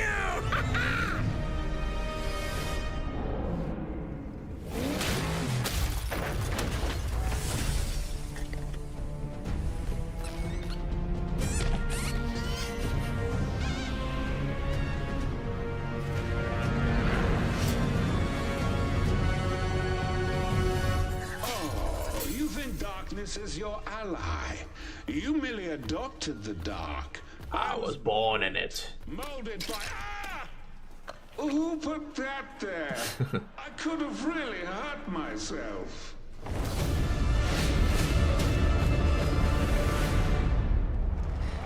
Pretty cool. But what I was saying about the God of War show is that even with the Call of Duty announcement that like the protagonist is being played by an actor, and I'm like, it's recognizable, and I don't like that. For some reason, I don't like it in video games. Jonathan Smith. So, the last thing I want to see is a God of War show where it's like you, Kratos is Pedro Pascal. Oh God, please don't let it be Pedro Pascal and Tom Holland. Like that would be the worst. Welcome to ONL. All right, so after the huge success with Lego Star Wars, you guys are returning to Lego Batman? We are so thrilled to reveal this game tonight for the first time to you all and to the world. And that's not all. At Gamescom, you will be able to play Lego Batman Legacy of the Dark Knight. Wow. Pretty amazing. All right, well, there will be a demo on the show floor for everyone. Now, let's break down that trailer because we see so many fan favorite references, to films and things like that. So what is the story of this game? This is the definitive, essential Batman story. We take you on Bruce Wayne's epic journey from origin to legend. You'll train with the League of Shadows. Bro, if Kratos is Pedro Pascal, I'm never touching this series again. You'll establish watch it be the case, man. Just watch it be Pedro Pascal. Incorporated iconic moments and deep cut references from decades of Batman movies, TV shows, comics, and games, all brought together and brought to life in our unique Lego world. Well, we cannot wait for it. Let's also talk about the combat, because we've got some real gameplay here of the combat, and I gotta say, feels like you're really amping things up here this time. Oh, the team has created a really rich, deep combat system that's authentic to Batman's unique style. So, surrounded by enemies, you'll pull off powerful attacks. It's Arkham City. It's Arkham Batman. Just say that. It's like batarangs to stun enemies and the Batclaw to reel them in. For the first time, we've added difficulty levels, Caped Crusader and Dark Knight mode for those who want an extra challenge. I just can't believe you'll build a new. I can't believe that this is what it took to like get a Batman Arkham game again. It had to be Lego. That's the only way. Like Jim Gordon, Catwoman, Robin, Batgirl, each with their own gear, which you'll need as you take on a rogue's gallery of villains. It is weird that Sekiro never got a DLC. FromSoft always does DLCs, but Sekiro I'm pretty sure was the only one that didn't. Which is kind of odd. Oh my God, I cannot wait to see what you're packing into this game. It also looks like you have a bit of a, is it an open world Gotham? Is that fair to say this time? Sure, that's right. Gotham is a playground, a Lego playground where you're free to explore. You can grapple from rooftop to rooftop, glide over the streets, or cruise around in your choice of Batmobile. This game has it all. I think you've sold me on it. All right, John. I'm pretty hyped about it. It will be here playable, as we mentioned, for all you here in Germany. It looks pretty good, man. Lego Batman Legacy of the Dark Knight for the first time starting tomorrow on the Gamescom show floor. Thank you so much, Jonathan. Awesome. All right. Now over to Shots with our next new game announcement exclusively on ONL. Thank you so much, Jeff. Indeed. Oh, Demon Souls didn't get a DLC? Here in the audience. There Well, we go. I'm not. Correct me if I'm wrong, but did Demon Souls not sell well? And some of the Because I know it was the start, right? It was the start of like the FromSoft like style of like Souls-like games. So I don't know if it sold as amazing as they did, as the other ones did. performance from Clara. So maybe that's why I didn't get a DLC. 33, I can hardly wait. And also a new look at Resident Evil Requiem, as well as a bunch of other surprises. I know what you guys are excited for, I can hear it. But now it's time for a new game announcement. A long-awaited sequel that fans have been eager to see. What do you mean does it have Christopher Nolan? We have fought the enemies of humanity across 1,000 worlds. No respite. Oh, Warhammer. No mercy.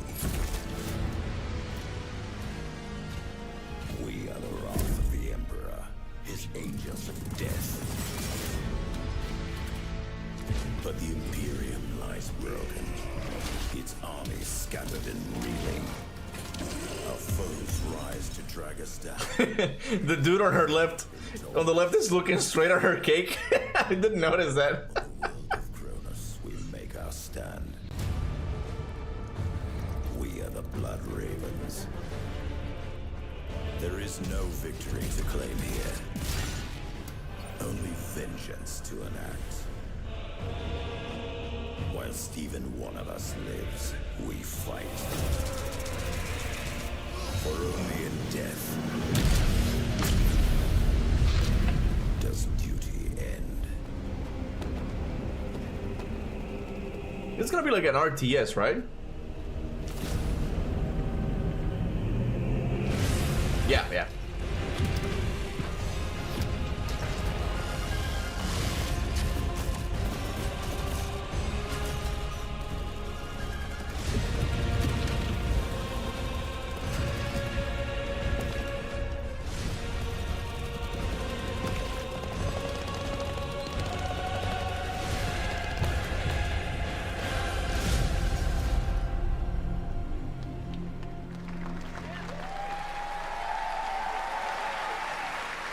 Centuries after the last great conflict. Bro, they showed the cinematic trailer only to reveal RTS. I figured it was going to be RTS. Just Warhammer, like, it has always been RTS. Fun fact, it was actually like going to be StarCraft, but the deal fell through, and then they had to like redo like the not redo, but just like change the IP. Be like, oh, it's not Warhammer, it's StarCraft, but it's the same thing. Monster Hunter.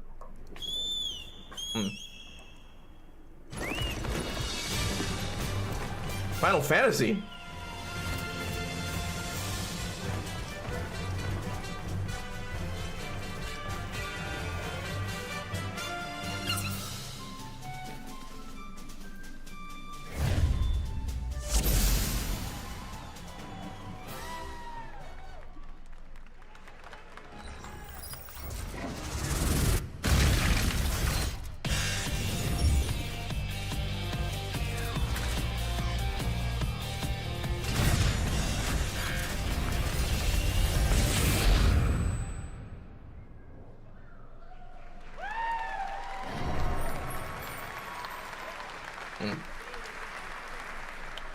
Never into Monster Hunter, never will be. Me neither. To welcome two very special guests together on stage. Ryozo-san from Capcom and Yoshi. I heard really good things about the new Monster Hunters, but I'm kind of like with you. Where it's like I just never liked them. I never looked appealing to me, even though like it's just taking down big monsters, which you'd think would be something I like, but I never did. I never felt like gravitated towards it.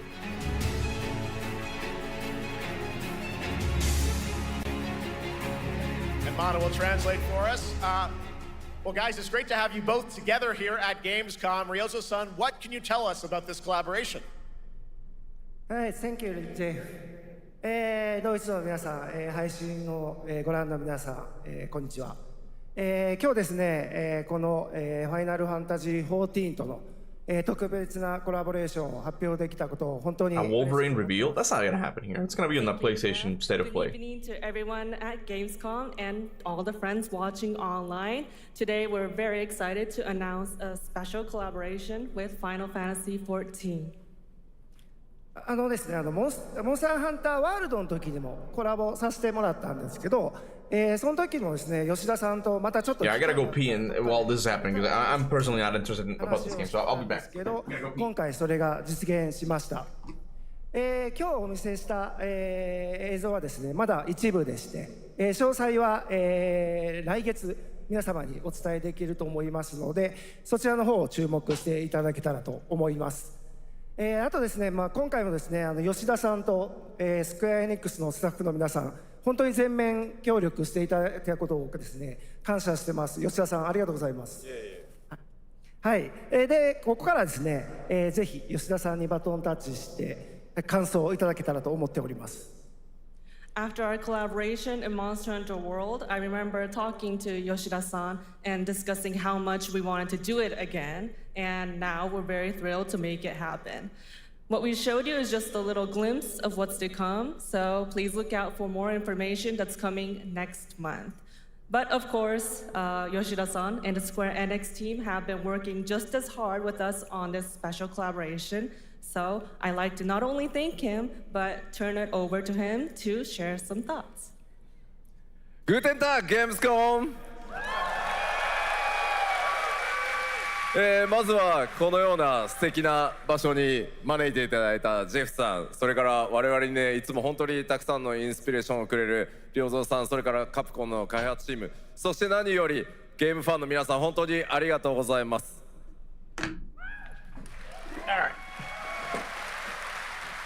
You just gone for a fart? First of all, I'd like to thank Jeff for. Sometimes I get bold during my streams, and I'm like, I think this is gonna be a silent one. I think I can pull a fart off, and it's just. And to everyone. And sometimes it is silent. Sometimes I call it right.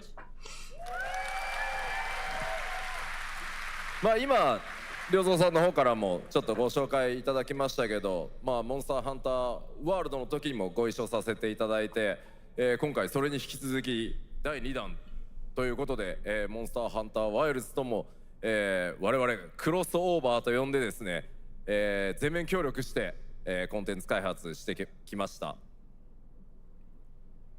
Let that shit rip, King. And we want to make it happen again, and it's happening for Monster Hunter Wilds. We would call it a crossover, and we're very happy to make this happen with all of our efforts. This show really does feel more like E3, where they show a game and then they have the developers come up and talk about them for a bit.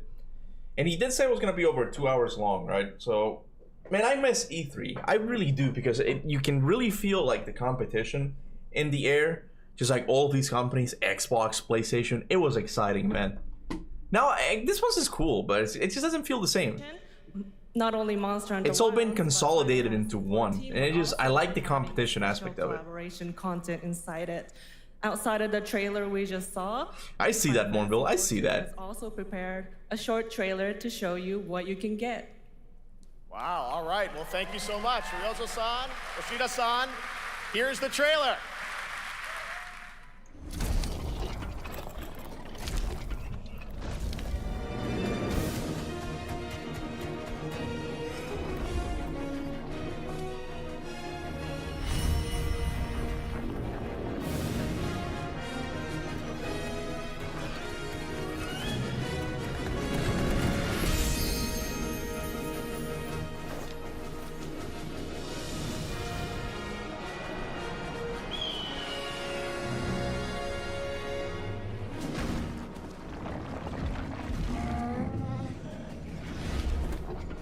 Do you think we can see anything God of War related? Nah, not today. I did hear rumors that there's going to be a PlayStation State of Play in September. That's a maybe, but no, I don't think. I think there's zero chance we're gonna get anything God of War related here.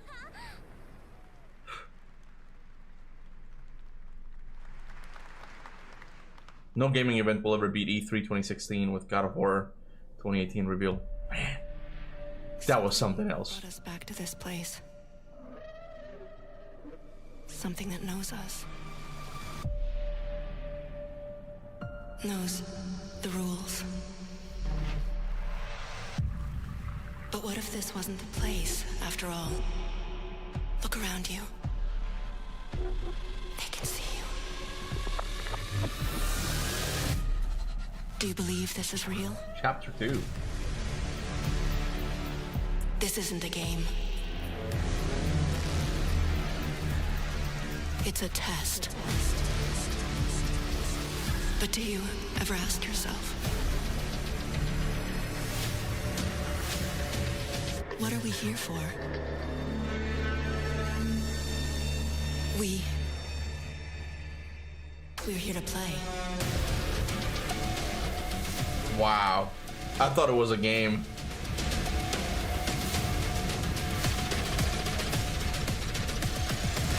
Are you ready to play? Welcome to the world's biggest gaming playground. Game On. 500,000 people, 1,500 exhibitors, endless games to explore right here in Cologne. Discover rising stars at Gamescom awesome indies. Step into the cosplay universe, on-site or online. Watch, join, become the hero. Experience live shows, esports battles, and creator events in the Gamescom event arena. Not in Cologne? Go to gamescom.global. Stream the highlights on Gamescom now. Just got edged so effing hard, Suspia's Gunner. I thought it was going to be what is it called? Control or something. It gave me Control vibes. But it was just an ad for the thing I'm already watching. I'm like, why? Why would you do this now? Gamescom trailers are Gamescom. Exactly, yeah. I can't skip it. I'm sorry, guys. It's live. I can't skip it. At the Gamescom City Festival. Weird. It doesn't stop there. The whole world comes together. Not only here in Cologne, but also at Gamescom Latam, Gamescom Asia, and beyond. Welcome to Cologne. Welcome to Gamescom. All over the world. And now, keep on watching Gamescom Opening Night Live. Never mind, it looks kind of cool. But what is it? Like a party? Of what is to come here at Gamescom, the biggest playground in the world, and what it has in store for you. We're here to play, and the fun is just getting started. So, Jeff, what's next? Is it anything good?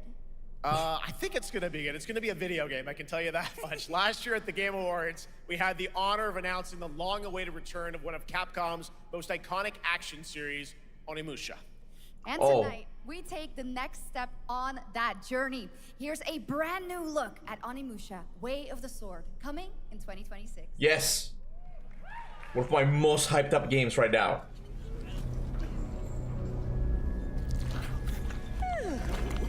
Where are my lamps? Hello there, fallen samurai.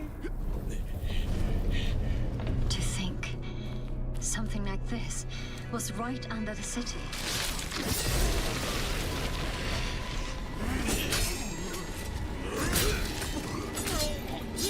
What fearsome power! Be careful!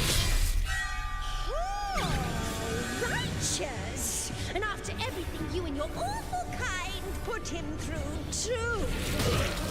Were you feeling left out? Here, let me show you something to cheer you up. Oh my god, this looks great, man.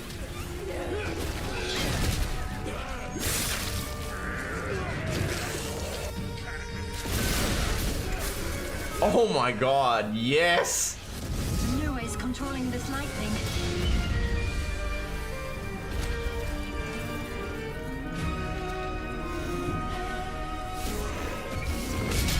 I don't have time for these stupid games. I'm terribly sorry. Anyway, do enjoy.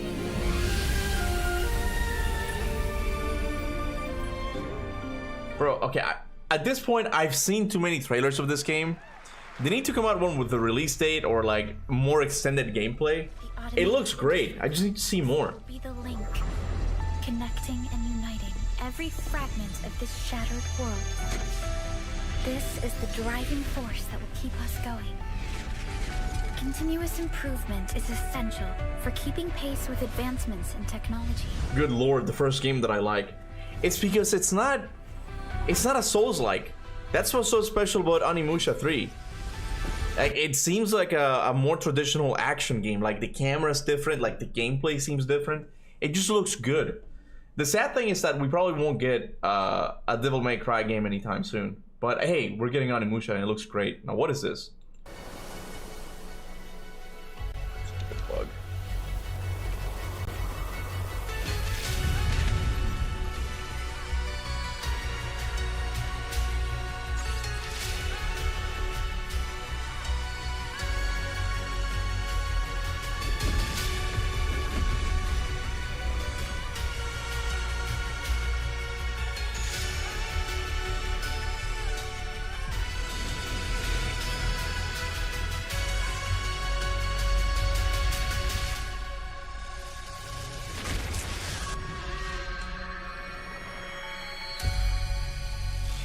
Every time I see one of these like anime games, I think, oh, is this Genshi's Impact? That's what I think.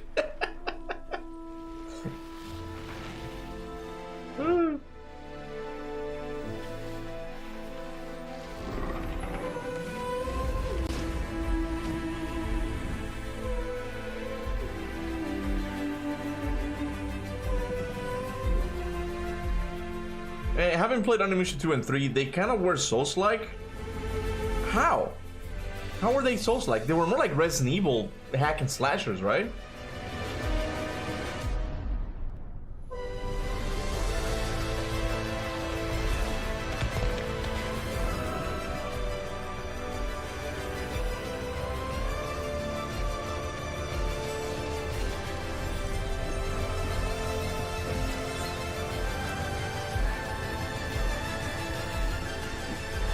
There's one bug. We've been able to get rid of most of them, right? But once in a while, there's a little gnat that I just see. I'm gonna get it one of these days. I'm gonna parry it. The Alpha. She was found. For me, so far, the two most exciting things have been Onimusha, but the thing about Onimusha is that I've already seen. Like, I already know that I'm excited for. The other one is the one that was shown in the pre-show, the Napoleonic like first-person action game. I forgot what it was called now. That one looks really good too. Armor Core. I don't know what this is. Damned outers. You tore my heart out when you took it. Zone of Enders. Now it's your turn to suffer. Stay alert now. Hand over the Alpha and let us end this. Hey, literally Paradox. What's up, man? Oh, Mother. Thank you.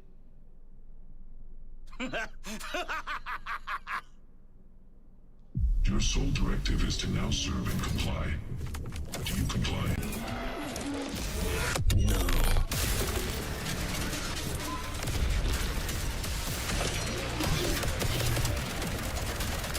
Oh, I think I know what this game is. Well, maybe not. That was chaotically good. It's here. I can feel it. Void Breaker. That looks familiar. You guys having fun so far? We got a lot of shows still coming your way. All right, now it is time to head back into the wasteland. We're talking about the TGA award-winning Fallout series based on Bethesda's legendary RPG franchise. Season 1 earned universal praise for its tone, storytelling, and original characters, not to mention how faithfully it brought Bethesda's game world to life. Well, later this year, the series returns to Prime Video for Season 2. To tell us more, please welcome to ONL some very special guests. Series executive producer Jonathan Nolan, executive producer Geneva Robertson-Dorrit, and stars Ella Purnell and Aaron Moten.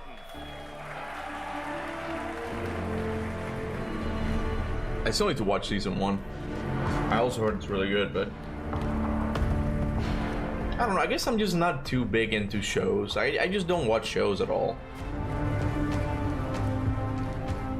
More games, please. We already know about Onimusha, so it doesn't count. That's what I mean, like, to me, like the only one that has blown my mind was the one in the pre-show. That one looked really good. Setting, just gameplay, everything looked good. We've got 5,000 Fallout fans here in the hall tonight, millions more watching online, and we can't wait to hear about the new season.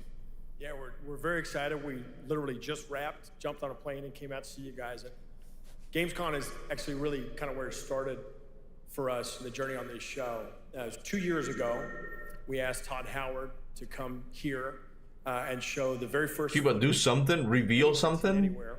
I am revealing shit. We didn't come because we figured if the only thing I could reveal are my nipples, and I'm not going to do that. I'm not going to do that.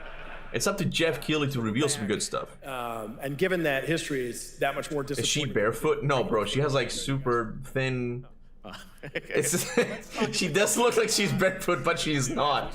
She has like very tiny like little shoes right there. Yes, Lucy and the Ghoul ended last season dealing with a lot of family troubles. So we thought last good show everyone saw was Better Call Saul. I loved Better Call Saul. To go deal with their shit. And along the way, you were only interested in the feet. It was Luke. It was Luke who mentioned it.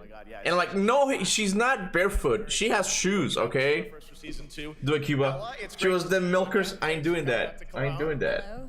Last time we saw you was at Game Awards when Fallout won Best Adaptation. You were up against yourself in Arcane, and you won for Fallout. Congratulations. We want to talk about Lucy's journey in Season 2. You know, how do you think her exposure to the Wasteland is going to sort of affect her Vulture sensibilities this time?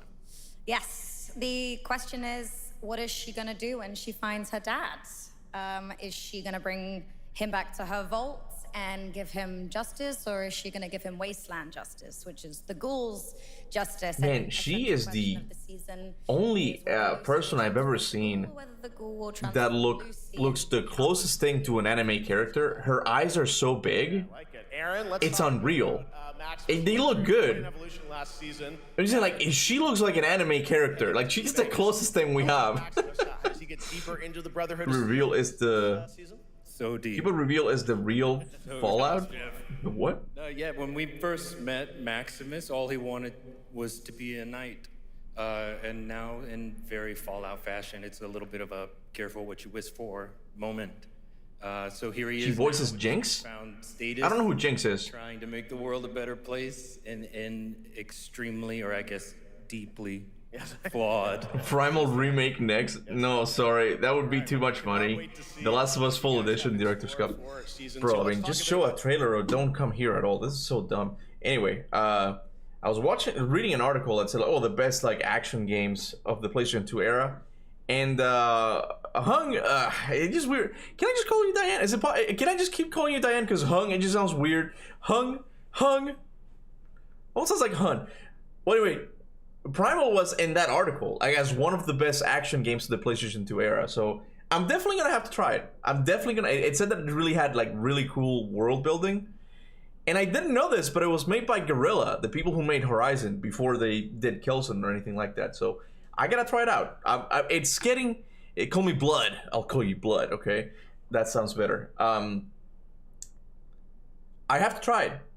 I'll move it up into my queue for the games I have to stream. Okay, that's for sure. If I see Neil Druckmann on this show, I'm gonna crash out. Well, I heard. They're still talking. I heard that he's not doing the Last of Us Season 3 show anymore. I think he's doing his own thing, his own game or something. I don't know. Steven better shoot his shot with her. Who? What do you mean, Steven? What is he doing? Wait, I do remember Steven coming here earlier saying, "Oh, live from Gamescom." So he went to Gamescom. That's cool, man. I'm guessing he lives nearby. Of our teaser trailer for Season 2 of Fallout, streaming this December on Fallout Prime Video all over the world. Amazing. All right, let's check it out. Thanks so much, guys. Here we go.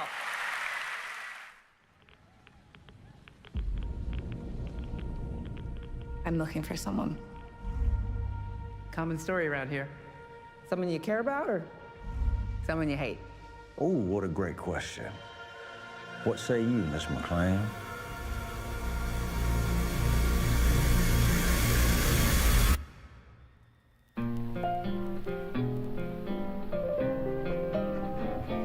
would my dad go to Las Vegas?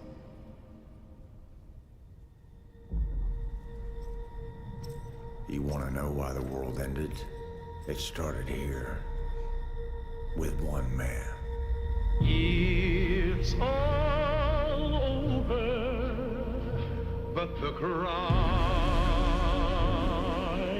Cooper Howard, star of the silver screen. And no, like yourself, I am the very best at what I do. But and what I do is I know everything.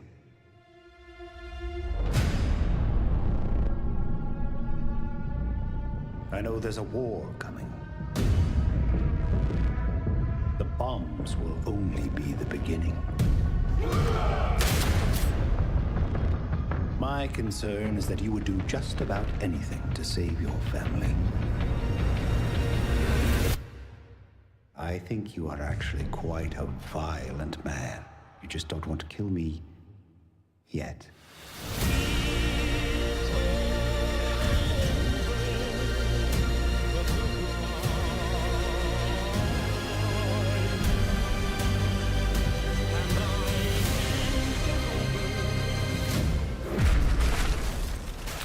You probably hurt my stomach. I'm really hungry now. He was like, "Dwarr." Let's get lucky, shall we?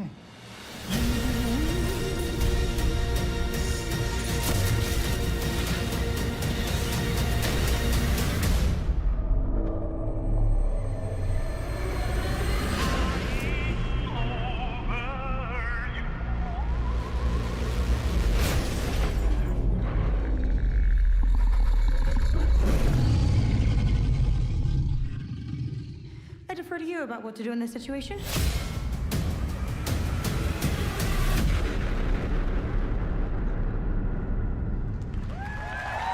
Cuba's stomach rolls way better than this. I don't know. I mean, I've never been like too big into the Fallout series, so I don't know if this looks good. I can't tell. Robert House's Jonathan Tease, played by Justin Theroux. It is an amazing Gamescom exclusive. If you do play Primal, please. The first drop EMU on PC, console port is shit. Okay, I probably will, yeah. Lucy, Maximus, and the Ghoul have in store for us when Fallout Season 2 begins December 17th, with new episodes premiering weekly on Prime Video. All right, now back to you, Shox. Thank you so much. That looks so awesome. I can't wait. But last year, Indiana Jones and the Great Circle was acclaimed for its incredible gameplay and story. And next month, the adventure continues with The Order of Giants, a story expansion with new puzzles and foes. Here is your first look at the gameplay and a special announcement.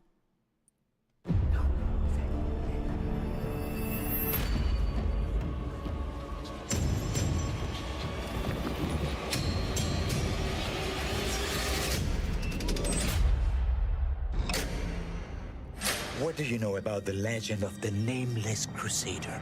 Fierce warrior. Fought in the siege of Antioch, 1097 AD. Very tall, like a giant.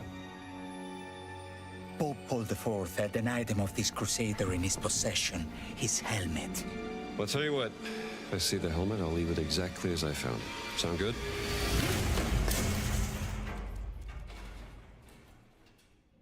Oops. I gotta try this one too.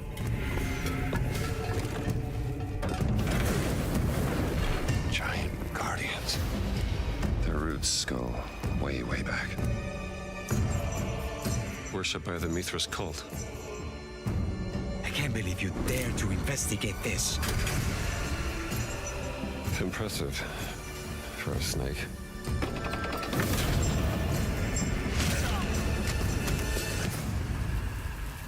I could probably get my Uncharted fix with this game. It says Semper Vivus. Always living. Not dead. He's not in a tomb.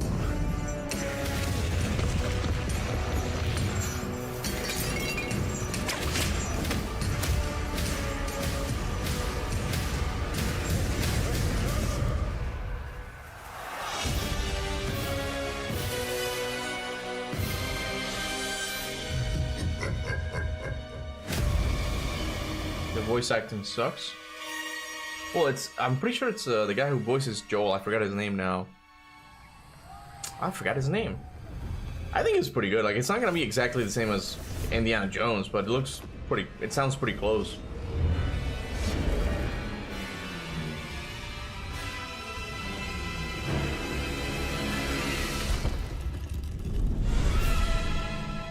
Oh, coming to Nintendo Switch too. Nice. Kratos? What do you mean Kratos? P-Bart, what are you talking about? Indiana Jones, what are you talking about? Order of Giants is coming on September 4th, and as we just announced, it will also be released Troy on Baker, yeah. Switch 2 in 2026. Yeah, you can clap, of course.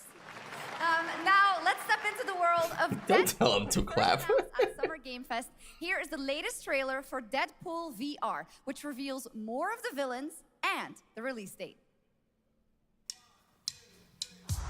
My massive galaxy spanning. You even put a ring on a Cuba, you do it now? Bro, she's my wife. The ring has been put on a long time ago. Now that is efficient exposition. The biggest, baddest bastards recruited across time and space. They require persuasion. Look who it is. This is one of those cases like, yeah, this sounds cool, man, but it's VR. If you please. Adoring fans will be watching your every move. Fighting on a reality show to the cheers of trillions. Minimum effort. I have little tolerance for low ratings. Oh, shit. OMG. Their voice sucks.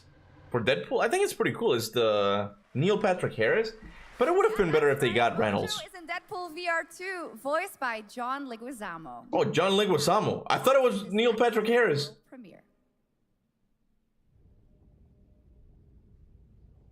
How is it voiced by John Leguizamo? Oh, I fucking hate snapping, like, snapping turtles. They're so scary, man. World of Tanks 2.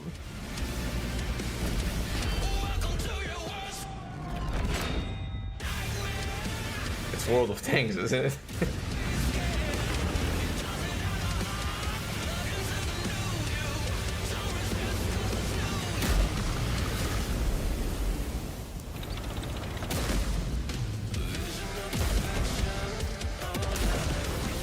Deadpool is so Reddit, bro. What does that mean? Under eyes emoji. Sorry, I didn't mute it in time.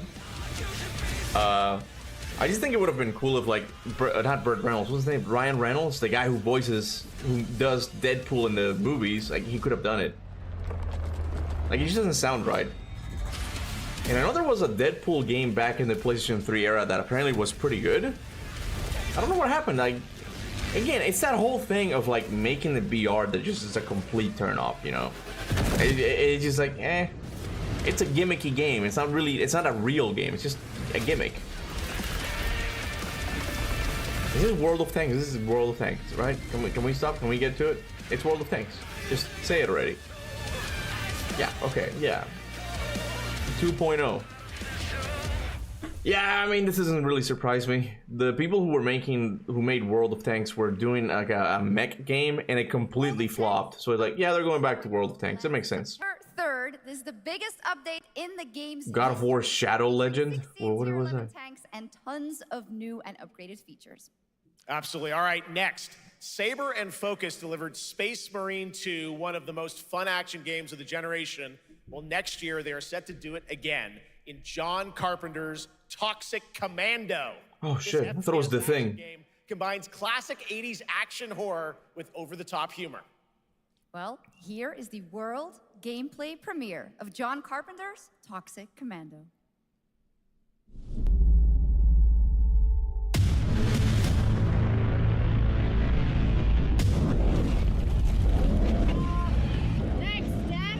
Improvise.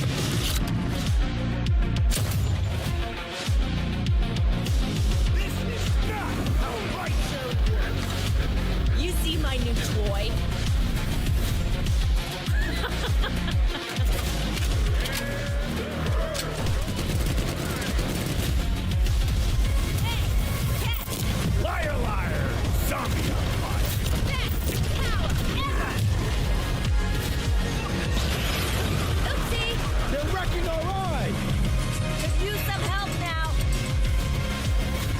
him first. Can you all please cover me? Whatever works.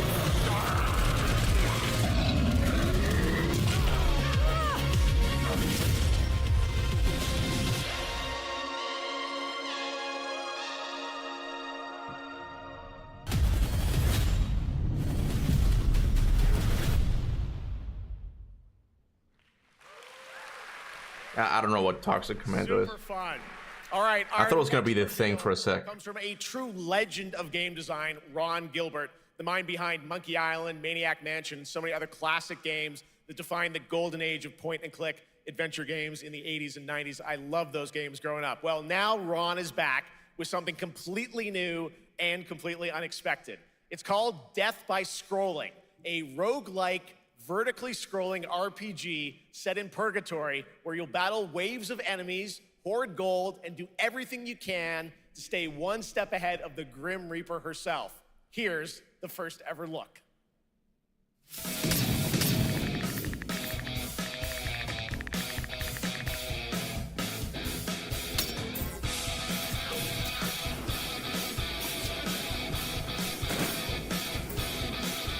Oh, I see. You gotta do it.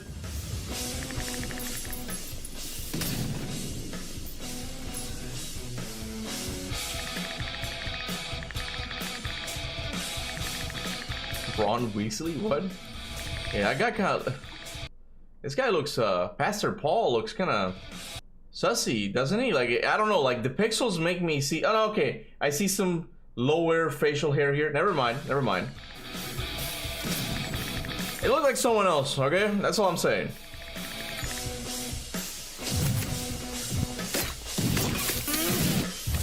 This could be one of those games that just... It doesn't look very fun, but it's probably like really addicting once you get to it.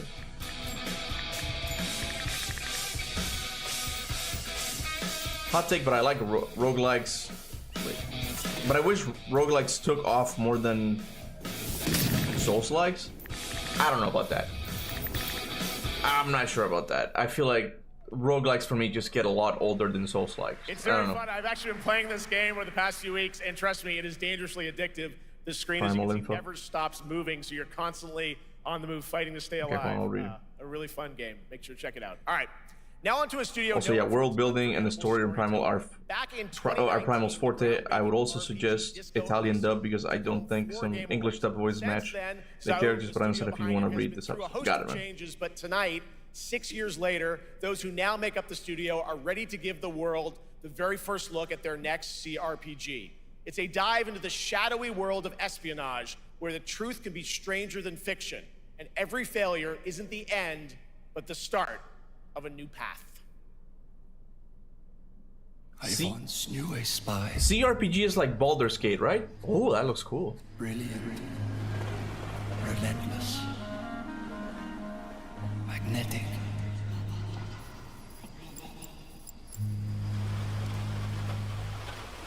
Her name was Herschel. Dark gold hair, a well-worn life beneath. A dandelion puff, waiting to be blown. She tried to look out for me. For us. None of it mattered in the end. Everything she touched rippled into failure.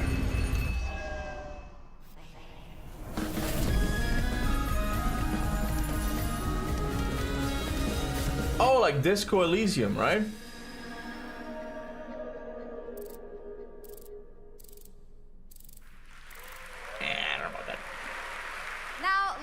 About Gamescom. Oh, you're mainly talking about Hades. Hades is pretty good. Responsibility projects here at Gamescom that we hold very close to our hearts. This year, we are giving the stage to highlight one of the many great initiatives. It's dedicated to all the games promoting democracy.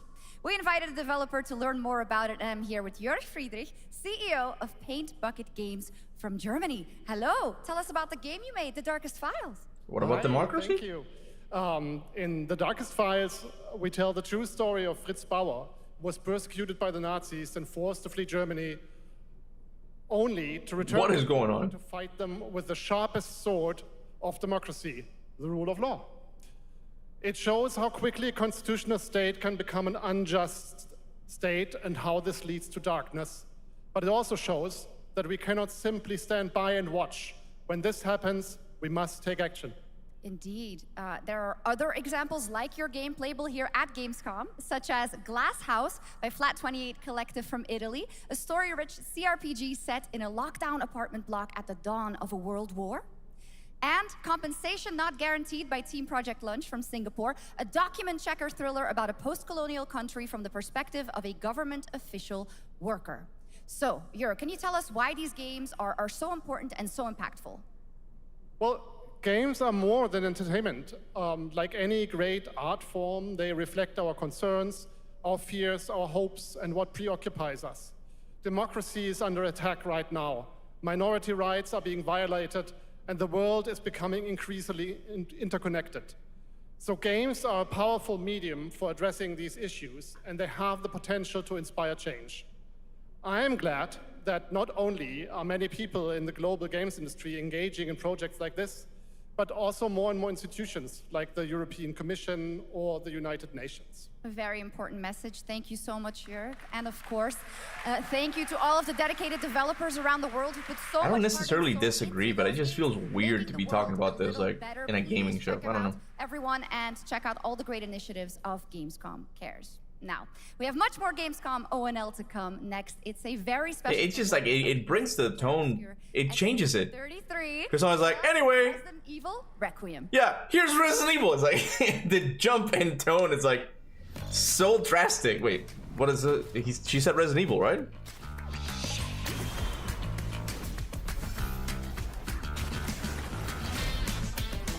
It's very flexible.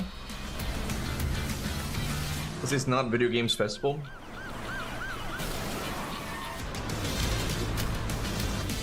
Oh, shall I move the cursor? Did she not say Resident Evil just now? This is the furthest thing from Resident Evil. What is this? It's Genshin's Impact.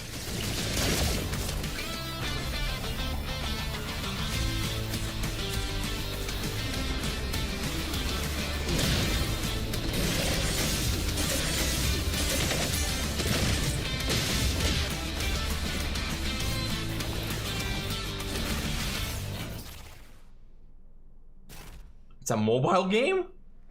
I saw the word mobile there. They're gonna erase it kind of quickly, but I think I saw it there. She said something Requiem. Oh, that's why. Okay. I thought it was Resident Evil, because it's the name, right? Resident Evil 9 Requiem?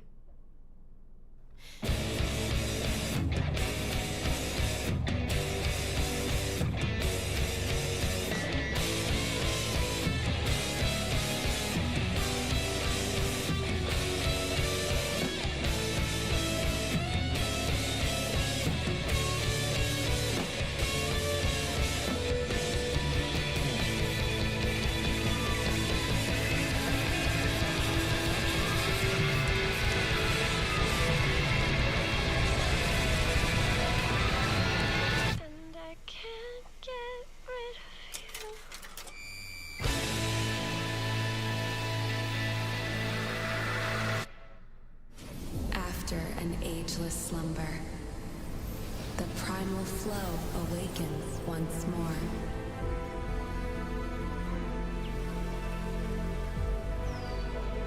It is fate that brought us together. Shisha, such a pathetic place. Who is this guy? What does he want? Your ignorance is despicable. A power stirs deep beneath us.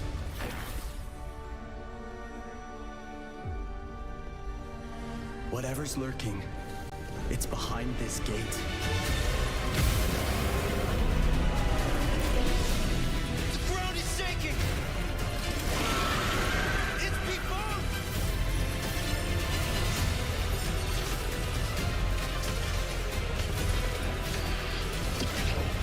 We have to take it down! How long have they been trapped in here?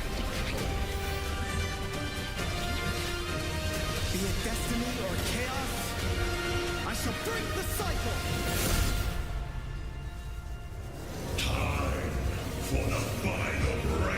We are so cooked at this shit this make. This one, the setting looks kind of cool, but I'm like, I'm pretty sure this is like a co-op game. Oh, we got some Fortnite and Squid Game thing. You gotta give it to Fortnite, man. Like, it really does keep adding new stuff. It's not just skins, like, it really is like game modes and stuff. You gotta give it to them. They work hard, okay? It really is like the ultimate live service game. It's not even a game at this point. It has become like a... something you do. Not me, I don't play it. Battlefield?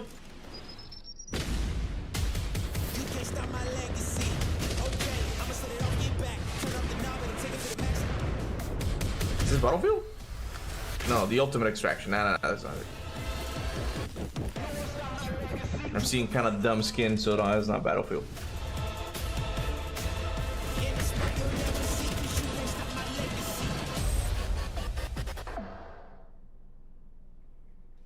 $30 minutes left? Has it really been 2 hours already? Like almost 2 hours? Today on PS5 and Xbox, and the best part, it is free to play.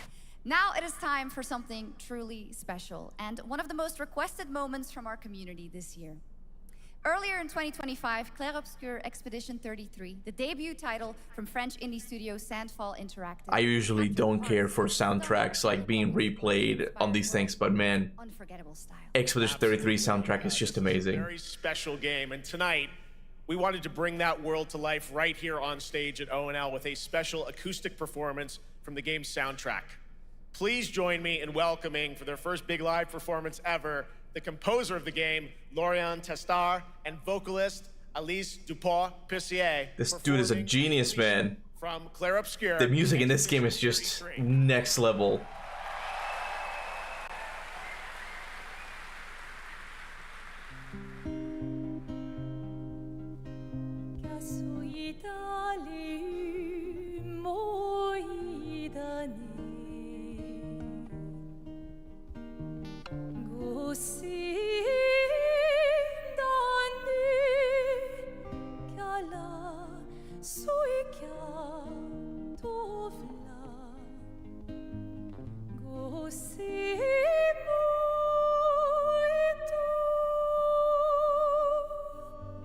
Alicia!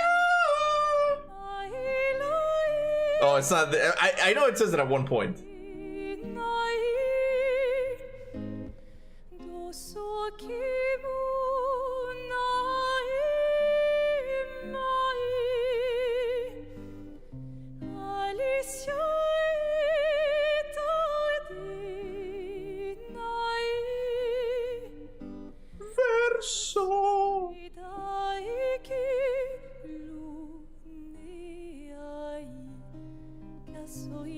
Such a good game. Oh my god.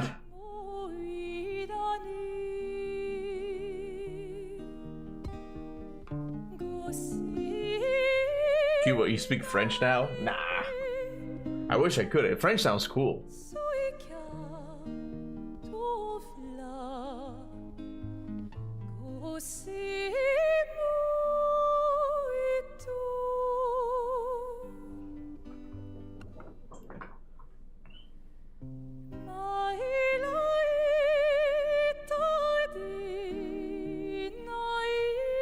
I mean, to be honest, it's probably not my favorite song in the game. I think I like the Lumiere one a lot more. And there's a lot of boss themes that just kick ass, but those ones don't really have vocals.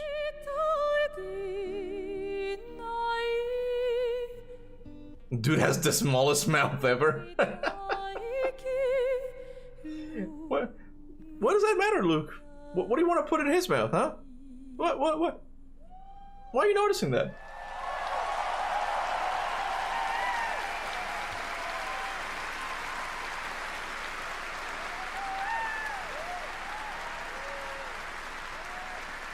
I love the music in this game, but this little segment was kind of weird. You just give me like, little song, okay, bye. It was absolutely beautiful, absolutely amazing. Thank you so much. And Simon theme, Duelist theme. Oh, and the... live right after this. Bro, the Lamp Master, I think is what it's called. The Lamp Master theme is so good. Like, so many of them. Globu? Oh my god, every single theme is amazing. Oh, Ninja Gaiden 4! Have fought to keep peace, with the Hayabusa clan in the spotlight. Here we go. But your clan, the Raven clan, has always had a secret motive. Thanks. I owe you one, Hayabusa. Expect heavy resistance from the DDO. We're all counting on you, Yakumo. Oh yeah. Oh yeah. Yakumo, just focus on the hostiles for now. Understood. Stop this madness. Stay away from the Dark Dragon Seal. Go back home to your little raven nest. Or die here. Oh my god. If you truly think you have what it takes to slay the Dark Dragon, prove it. The very fiend that resurrected the Dark Dragon years ago. Even a mortal such as yourself has heard of me? I'm sure. Die, insect.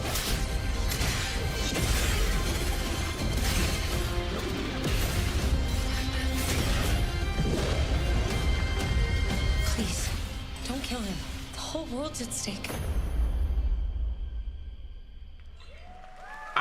Would a game released in October still count for the Game Awards? Because this one might still take it. Expedition 33 is currently my game of the year, but getting a good hack and slasher. Your next favorite game on Steam by checking out our Gamescom Steam event. And the best thing is you'll find even only Kuba can ruin the moment. What did I do? What did I do? Beloved indies to big blockbuster titles by scanning the QR code below. I kind of agree with Waleed. Like, For the world gameplay premiere of an MMO shooter set in a post-apocalyptic dystopian Seoul, South Korea. From NCSoft, this is Cinder City, blending narrative shooter action with a vast, seamless. Waleed, they have shown new things, but yeah, they're just not. At least for me, they're not very interesting. Like even this said MMO. I'm like, not interested. Get on the ground now! Drop your weapon or we'll shoot! Drop your weapon, last warning! You've crossed the line. Are you trying to get us all killed here? 3 minutes to drop. Everyone stand by.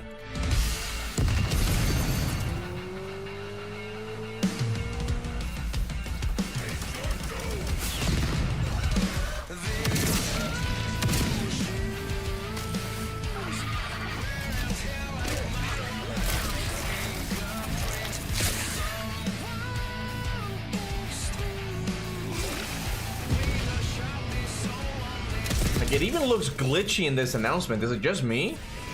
Is the frame rate off? Maybe it's the video player, but it just looks glitchy. I don't know.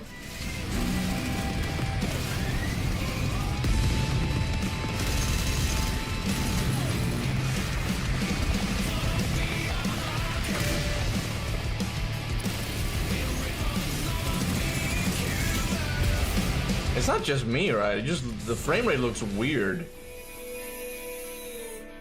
It looks choppy, yeah.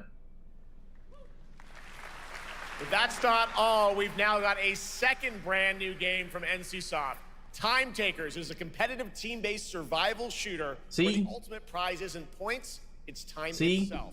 Here's your first ever look. Competitive base, it's everything multiplayer. Like, how about a really kick-ass single-player game? Stupor. A ghost of my former glory.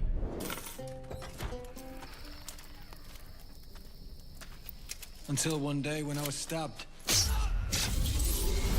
like that. I thought I died.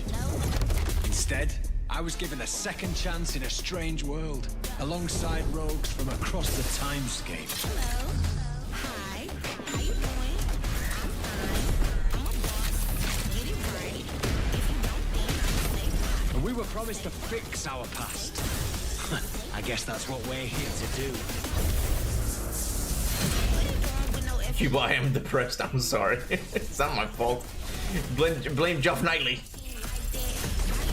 Jeff Keighley, sorry. I keep calling him that. I mean, it just seems like this game was designed with the idea of selling skins. Oh, it's the multiverse. You like knights, but how about a monkey? Oh, banana weapon. It's like it's meant to sell you shit.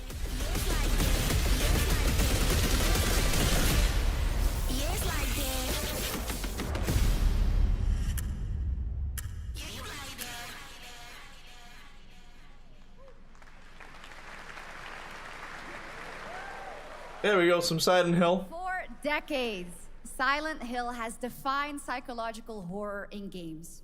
And tonight, the fog rolls in once again. Exactly. The medieval setting looked cool and they ruined it. Yeah! Including the reveal of the American voiceover actress Susie Young as Hinako. Targets are 1 to HQ. We haven't found an suspect at the scene. Chances are good, but it's still in the fact no one. We better consider the hunt. Over. Last seen fleeing Tsuneyoshi Shrine. Exercise extreme caution.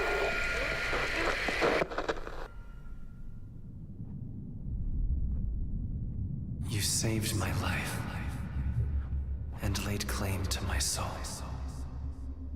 In turn,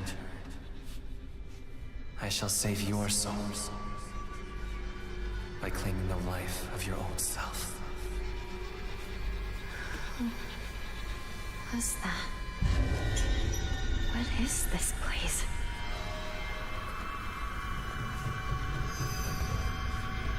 This way.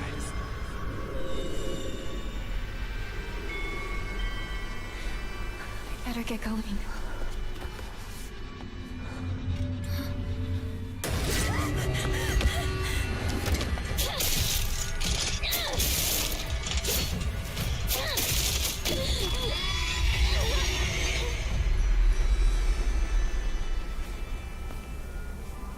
A good day is always an extraordinary day.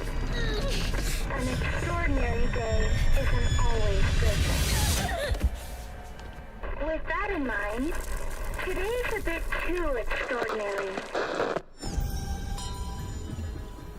So this is where you are. I wondered where you had gone. You need to start getting ready. It's time to say your goodbyes. You're going to kill them with your own hands. What's going on? No. It's got my home too. The halls, the doors, everything's changed.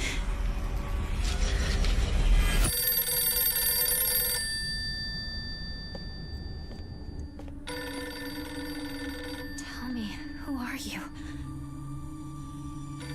Please. Just die. Fucking bug.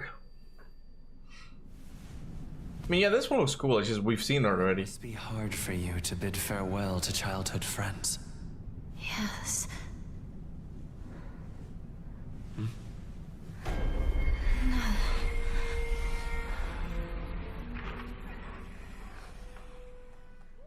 Oh, it's September. Whoa! Dante Alighieri? What's this? What's this? Dante's Inferno? What's this? What's this?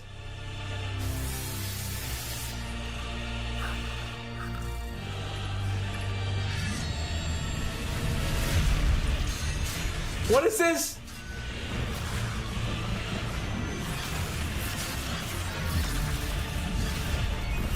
What is this?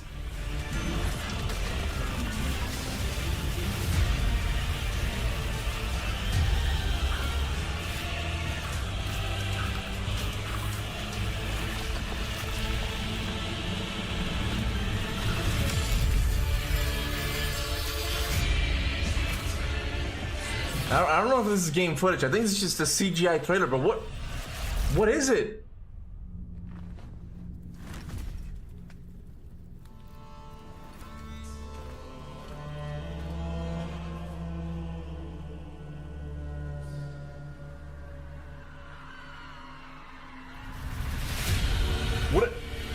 The Divine Comedy? Woo! Okay. Whoa. Alright, so it's not... Wow, okay.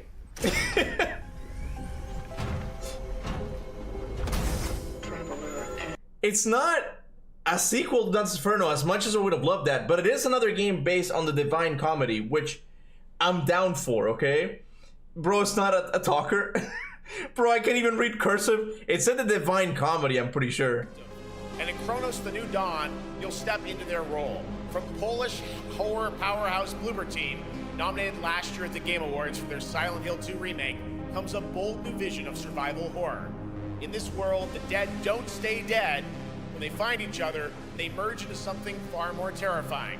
Launching September 5th, here's your brand new look at Kronos The New Dawn.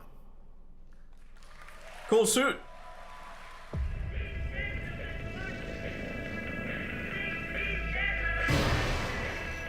DMC is based on the Divine Comedy? Is it really? I know it has like angels and demons, but I didn't know it was like based on it.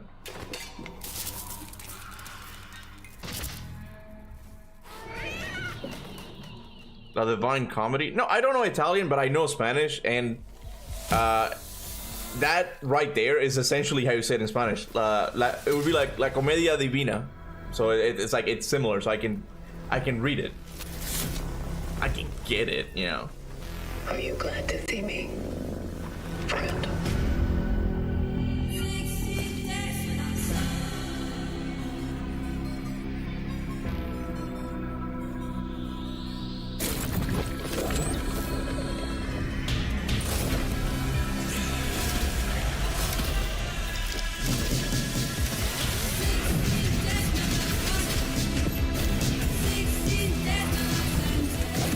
This is another one that I'm hyped for, but again, I've seen it already. Like, it's just... I've seen too much of it. Just... It comes out in September, I think. They just need to, like, release it now.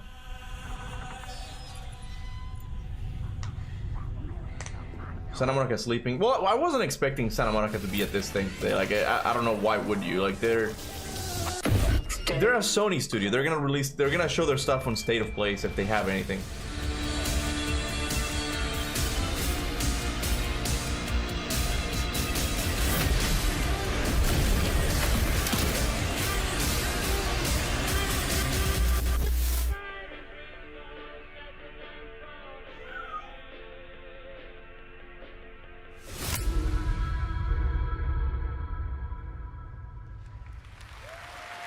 This looks like a true successor to the Callisto Protocol. It might even be like a successor to Dead Space, really. Let's turn it over to the head of sequels at Obsidian Entertainment.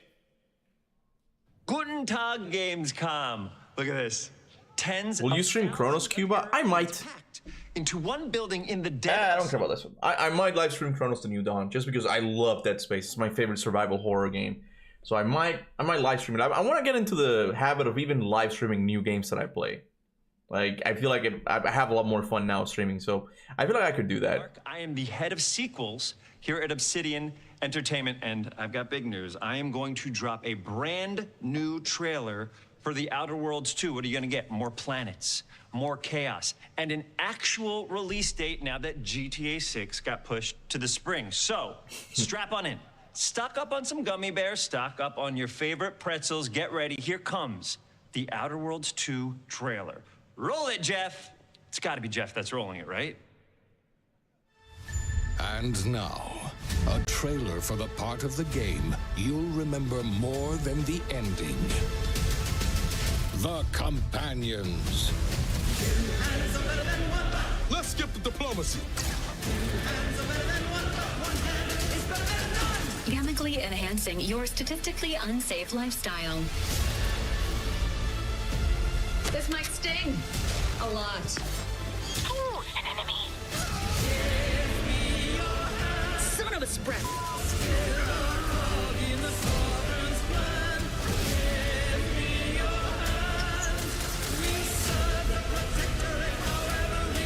Be grateful you're not on fire.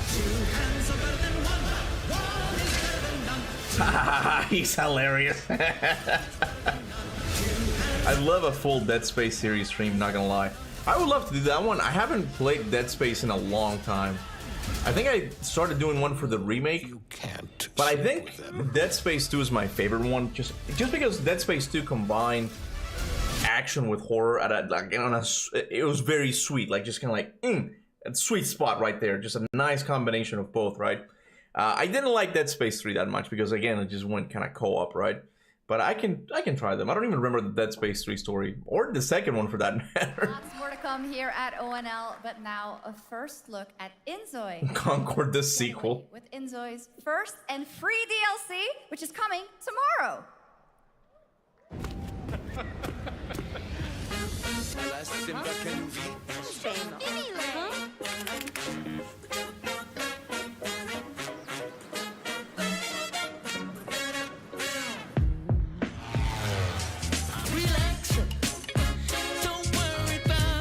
Oh yeah, they did make Avowed, yeah. What the hell is this? The Sims? I think this is like a Sims-esque game. Yeah, Daniel, I saw the guy in the back. Yeah, I saw him.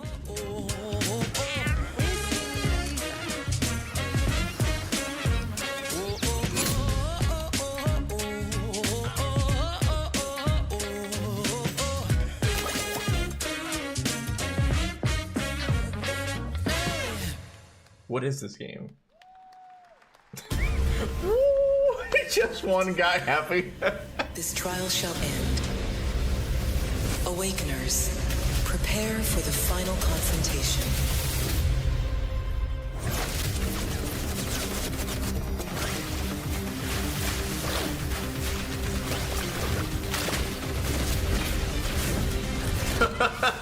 That shot. It's time for the Gooner game. You always gotta have one. Wait, these are literally the same models from 3D. Oh, don't ask me how I know. How do you know? Huh? I'm gonna ask you. How do you know?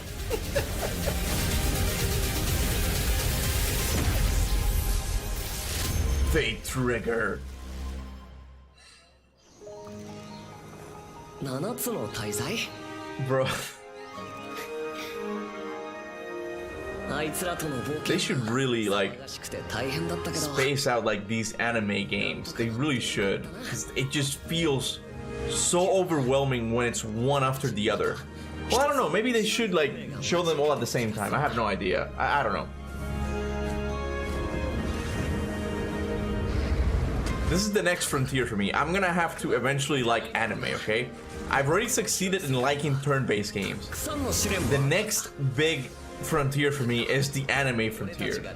I'm gonna go watch One Piece now. And I'm gonna start with the Netflix live-action show. How about that? Does that sound good? That sound good, right? Yeah. やることが山ほどあるんだ早く出発するぞさてさてさて CBT 募集が始まるってよ絶対参加してくれよな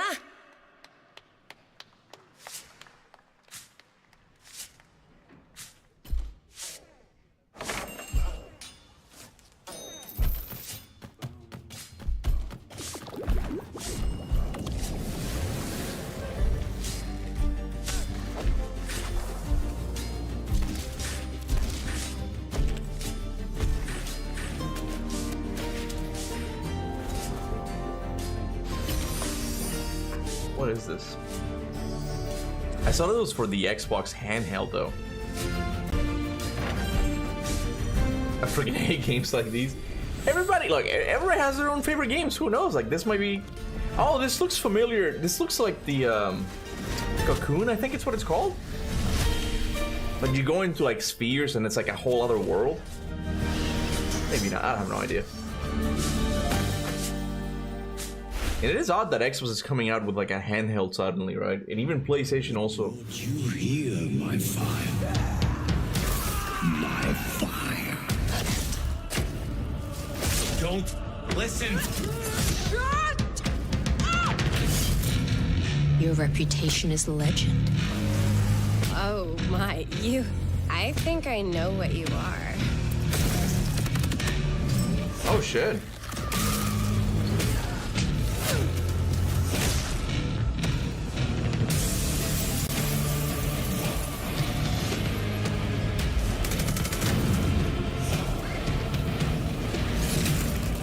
So weary is the wanderer that treads on the fertile soil.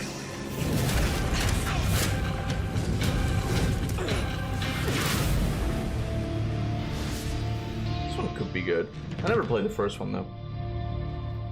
Could be good. Wasn't this game delayed or canceled? Like, yeah, I could have sworn I heard something about it before. Date for Vampire Bloodlines 2, October 21st of this year. And next, since we're here in Germany, it is only fitting to spotlight a homegrown success story. The deep survival crafting of Enshrouded from Keen Games in Frankfurt. Still in early access, Enshrouded has already let friends adventure, fight, and build together in endless ways. But tonight, the world is about to change forever. A new force is coming, one that will redefine how you explore, how you build, and how you survive. It's a monumental edition, and you're hearing about it first, right here at Opening Night Live. Where's Jeff? I have no idea. I dreamt of a time before the corruption and the fight for survival. I dreamt of a shimmering home and of exile. To find peace, we must brave the deep. Hear the old gods whisper, and an ancient fury awakens. We shall purge the profane and command the water to yield to our will, for there is no greater power than the flame of the faithful.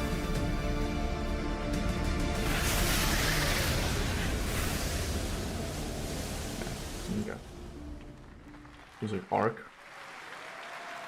Awesome. Resident Evil for the last means no God of War. Well, there was never going to be any God of War, I told you guys. The first time, and the reveal of brand new expansion as well.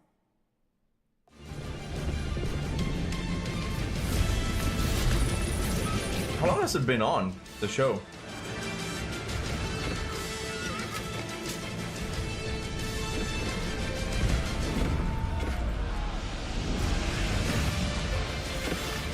How does an RTS work on the PS5?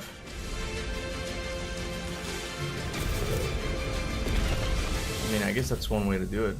This is one of those games that I feel like it's almost impossible to play without mouse and keyboard, though.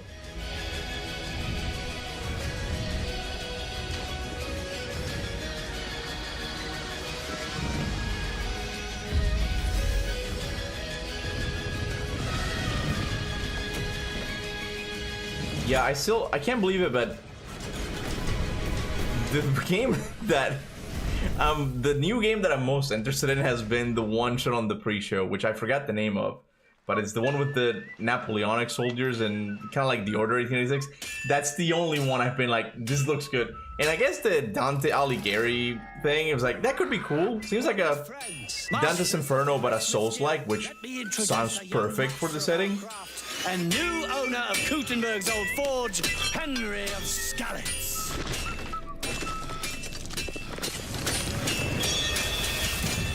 Ready? We can begin.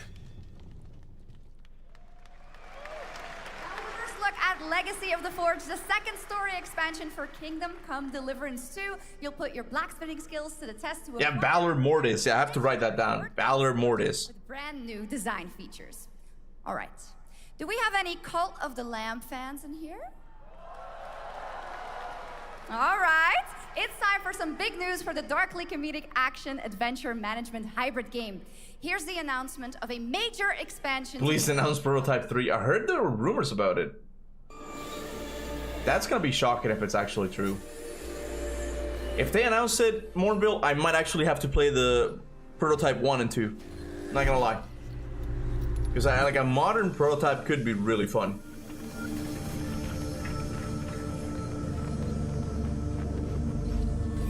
The Dante one was like La Divina Commedia. Yeah, I have to check that out. That's why I thought, like, is this Dante's Inferno? Like, I had a heart attack for a second. Like, are they really like doing a sequel to Dante's Inferno?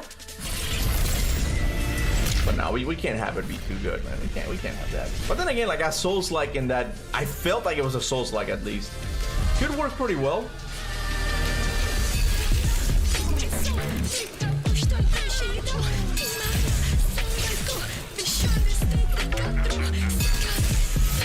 What is this game?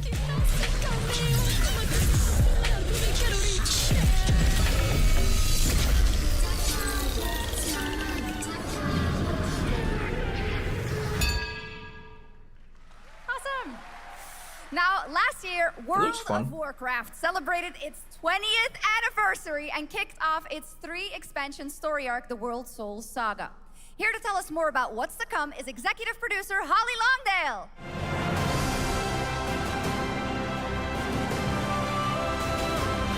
So, World of Warcraft, this is the same one that released all of those years back? Like, has there only been one World of Warcraft, or has there been like sequels and stuff? It's an MMO, right?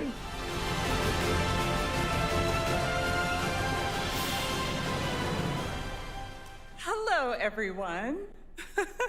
Yeah, the Lego Batman was also kind of surprising. That one looked interesting. Reveal our next adventure, World of Warcraft Midnight. I'm equally excited to welcome you all home with our new housing feature. And if you're here at Gamescom, please come by and check it out on the show floor. We have a lot coming in this next expansion, our 11th expansion. To start with, Bro, the game is older than her. there's a looming. That's like, it is the same game, right? They've just been updating it since 2003 or whenever it came out. But Midnight is also about light. And about Damn, Luke, you be thirsty, man. And about heroes who rise when the world at this point, you'd tap anything, man. And it's about the bonds that tie I should say anyone, not anything. No, you know, anything. And it all starts at the Sunwell. And if any of you have ever played WoW, do you remember the Sunwell? What is she talking about? With that in mind, please enjoy the premiere of our cinematic introduction to Midnight. Hear me out, chat. You guys are just beyond thirsty, man. Anything goes with you guys. She ain't turning you on, no. I sounded kind of like shy. They're like, kind of like, no, like, no. Leandrin, it has begun. I need you with me on the wall. It's the eyeliner, you guys. That's the thing that's tricking you, okay? It's the eyeliner. Gorthamar, the void will envelop us soon. Only the light can save us now. No. The time for prayer has passed. The Sunwell will not fall. Not while I draw breath.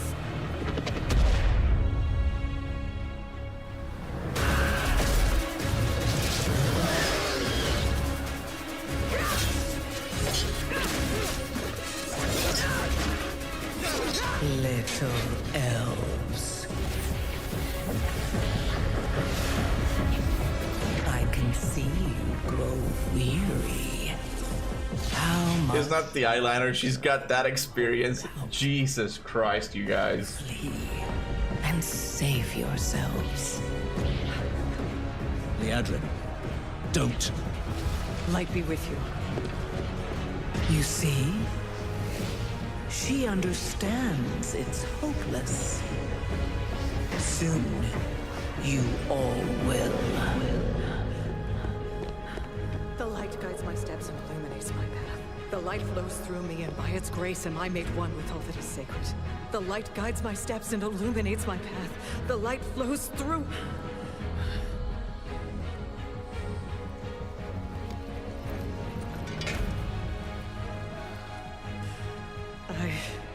I know that I am unworthy. I don't know if I deserve your help, but I know my people do. Please give them strength. I admire your spirit, but that will not save you.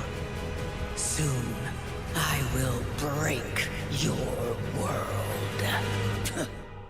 You can't even break one elf. Oh, she broke him.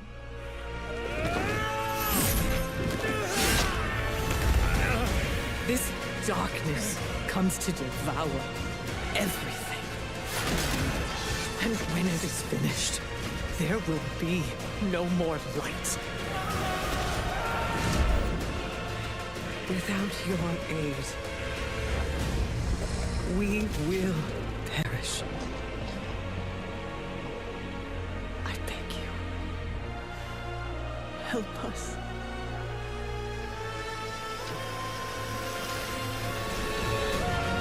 Man, this trailer has been going on for a long time.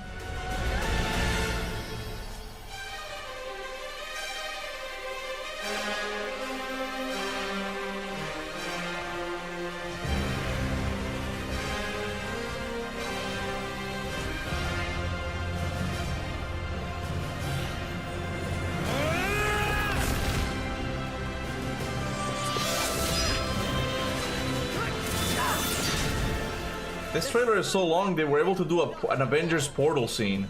Not while we draw breath. What is going on?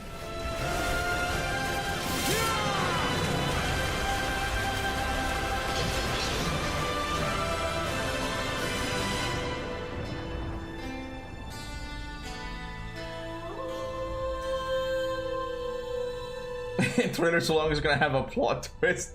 I thought it would for a second. Is that Thanos?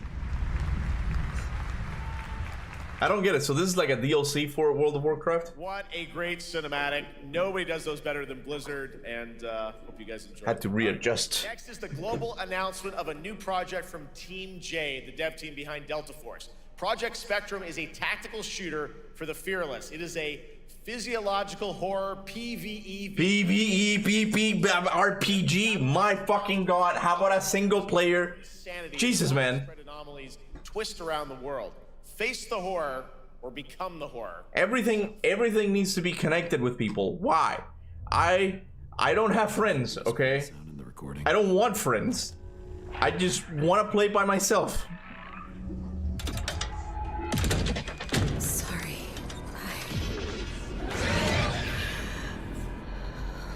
Let's go back to the start.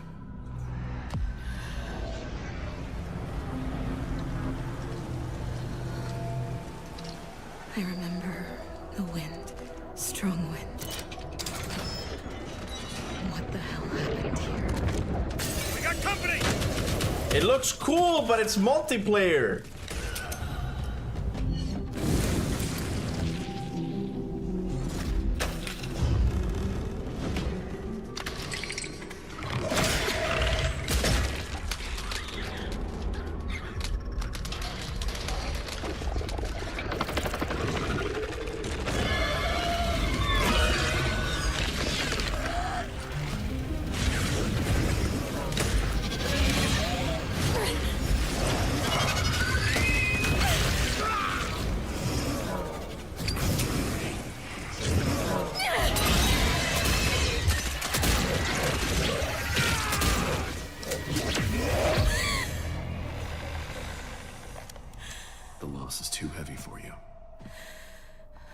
Sometimes, loss can birth beasts and bury truths. What do you think? What if you are the beast? The beast?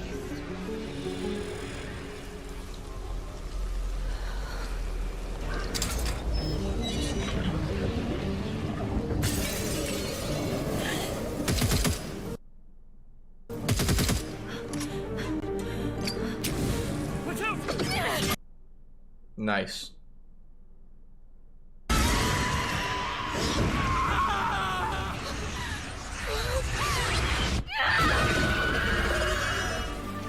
What is this game? Is this really multiplayer? This looks more single player.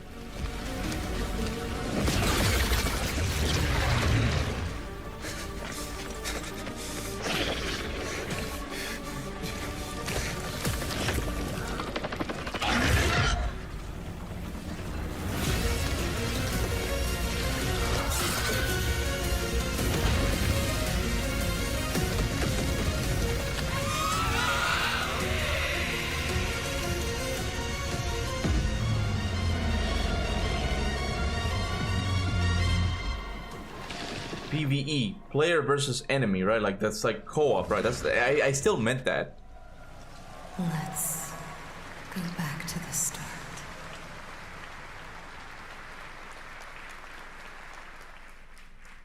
All right, this next world premiere feels familiar, yet it is something That's Jeff brand Keighley new right there. for wargaming. And trust me, you've seen them with tanks, but you haven't seen them do anything like this before. And it's coming to PC, consoles, and Steam Deck. What is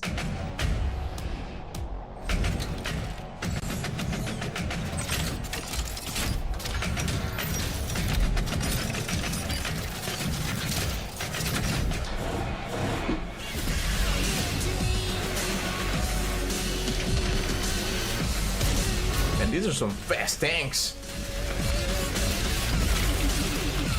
Look at this speed, boy.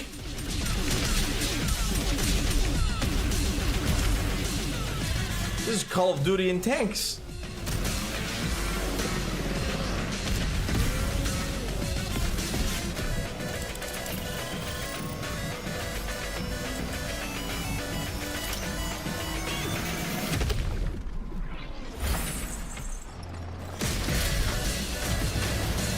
You like the music?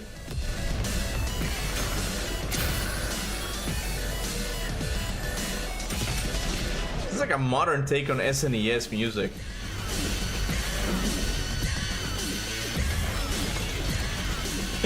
Freaking tank drifting. I forget what that was called, but that's like the Akira shot or something. God of trains. This October, Sucker Punch and PlayStation take us back to the year 1603 into the sandals of Atsu, a lone Ronin driven by a single purpose to avenge the brutal slaughter of her family at the hands of the ruthless Yotei 6. Tonight, we have a new look at the deadly, beautiful world of Ghost of Yotei. Show me what you got. The end of the world exists only in our minds.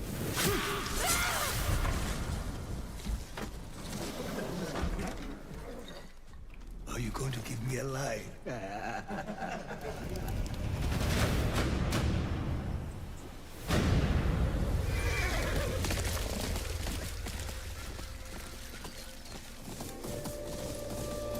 This game is beautiful. I'll give it that, man.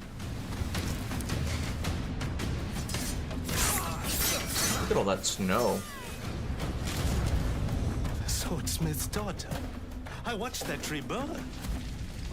How did you escape? Same way. I survived every battle. The thought of killing you.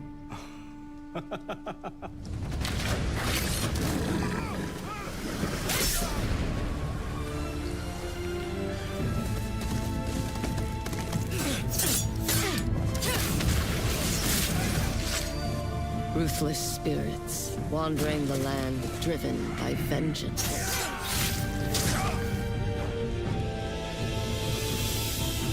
Sometimes I feel like that is what I am. I don't know if I should get Ghost of Yotei or Ninja Gaiden 4. Both of the moments seem very promising. Ninja Gaiden 4. Oh, Legends is back. Nice. Ninja Gaiden 4 just seems like a return to like awesome action hack and slashers, right? But Ghost of Yote seems to be taking a lot of inspiration from Breath of the Wild and its openness, so I can't really decide which one to get. October 2nd for PS5, and confirmed today on ONL, it's also getting a Legends co-op multiplayer DLC in 2026 with fantastical supernatural story and survival missions, all free if you own the base game.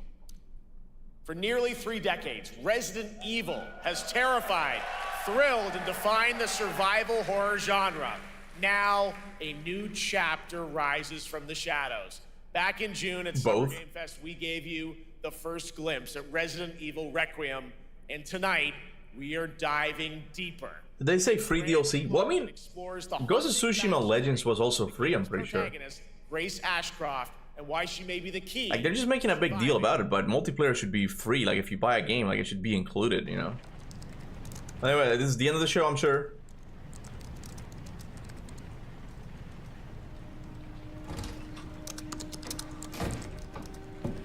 Anne. Hi, Mom.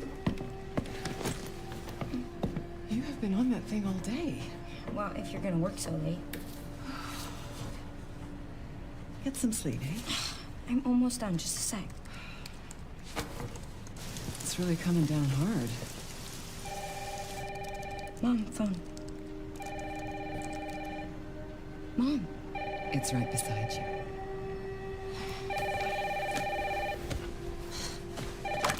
Hello? Miss Ashcroft? Yes.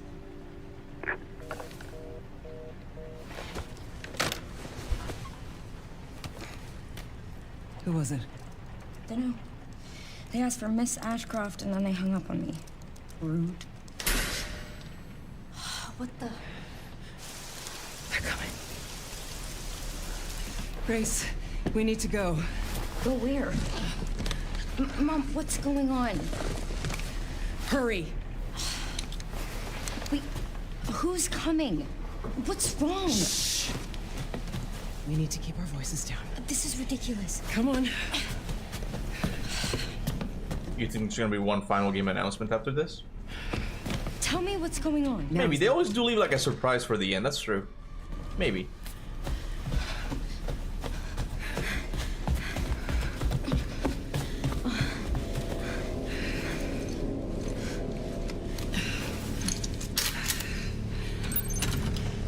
Oh, it's gameplay. Hello, Charlotte. Mom, wait! Grace, keep moving.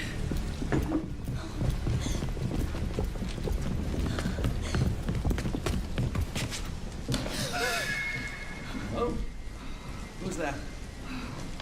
Oh, I'm so sorry about the power outage. What happened? It's really no excuse, and I apologize for the inconvenience. Oh, no, it's fine. Don't worry. I should have it fixed soon. I just need to find my... Oh, he got murked. Jesus. Come on in here, Grace. Grace, look at me. Grab my hands. Okay, look at me. Look at me. In and out. Breathe in and out. Oh, Grace. I promise you, I will explain this all to you one of these days.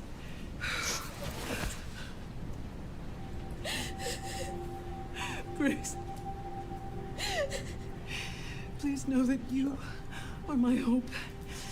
Never forget that. What are you talking about? Just... I love you. I love you too. Charlotte, stay here. Okay. Mom, I'm scared. Oh my god, Charlotte. Sorry, guys. Way out of here now. But we don't have any of our stuff. We can come back for it later, Grace. I'm so sorry, guys. My cat's not like, attention time, please.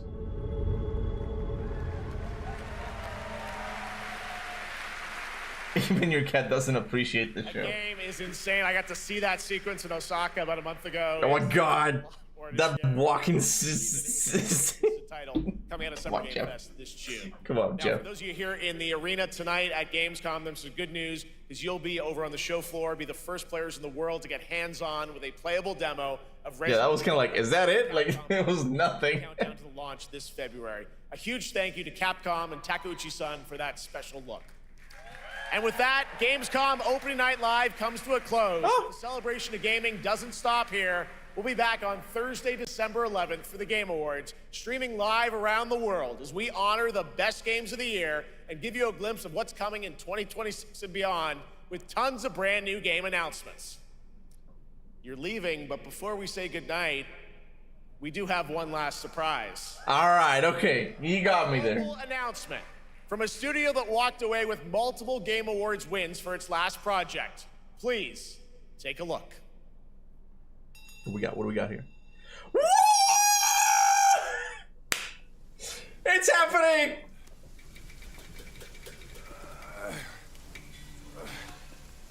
Brother, help me here. You ain't even trying. It's all me.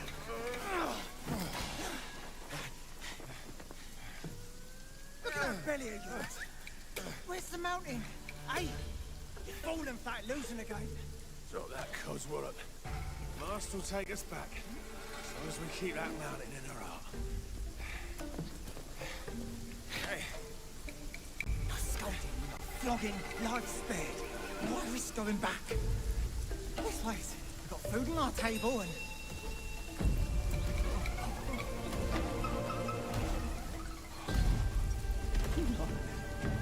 They're coming for us.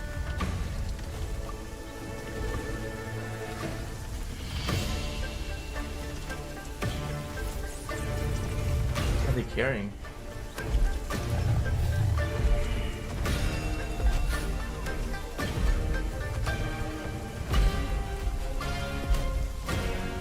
Is he riding a tiger?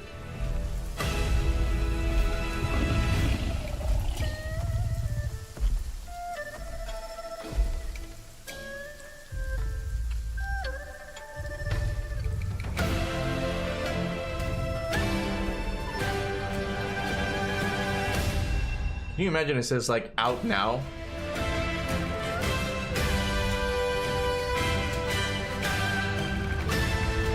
Like what?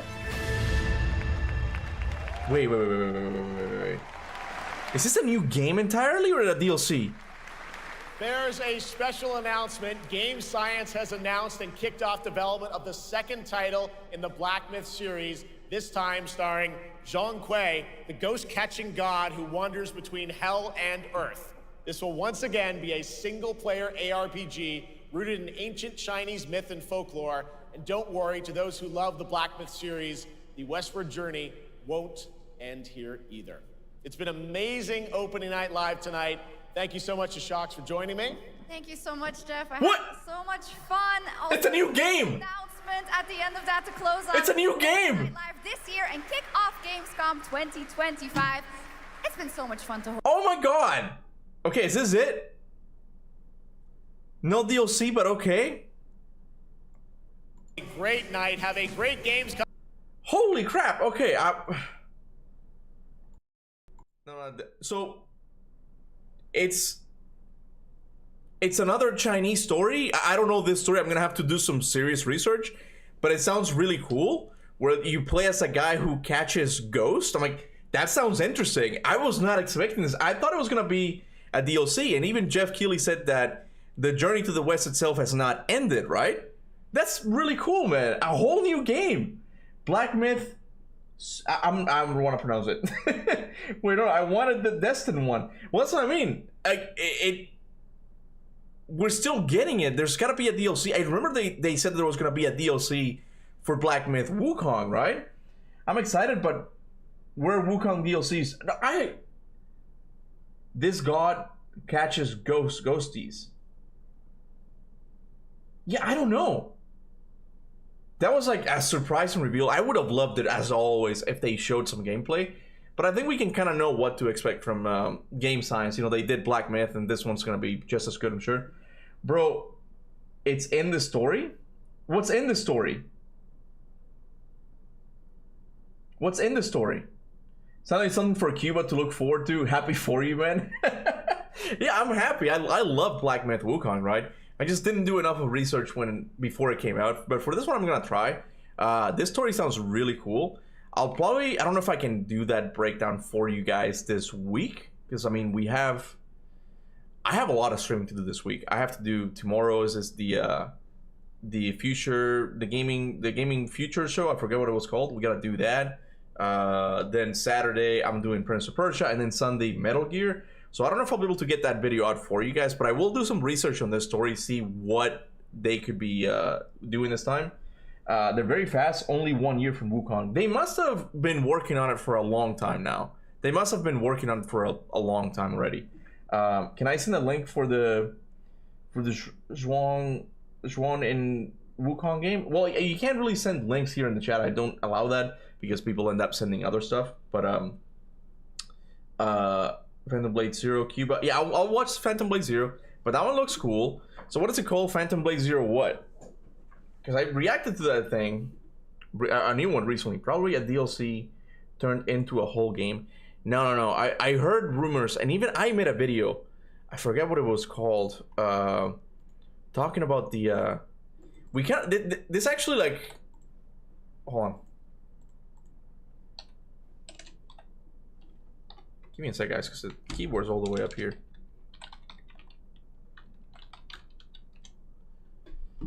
Captain Kuba. And then I made a video a couple of months back talking about the rumor sequel for Black Myth. But I think it was called Jiangxia or something, which was another story. It was initially we thought the rumor said that it was going to be about another Chinese novel called Investiture of the Gods or something.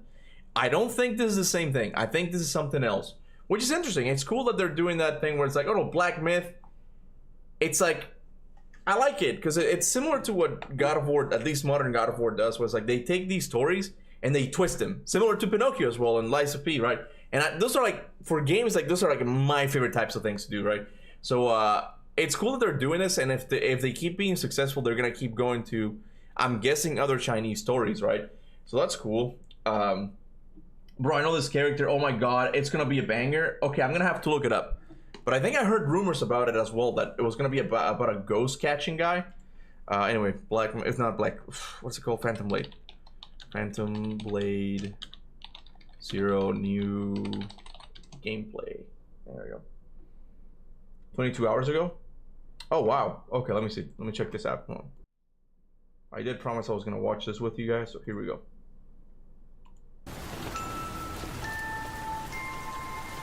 I mean, look, like the game just looks beautiful. Look at that. Look at that water. Like, look at that. It looks so real, man. This looks good.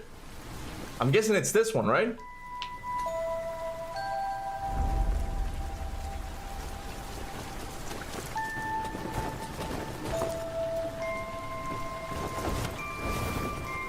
Oh my, it's so smooth, man. I love how smooth it looks.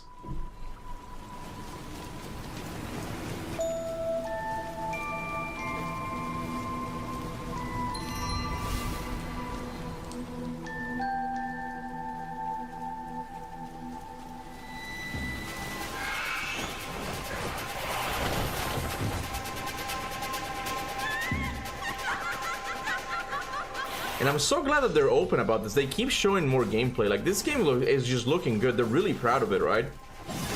But they really need to, like, if they really want to convince people to get it. I mean, I think everybody excited about it is already going to get it. But they need to make a demo or something.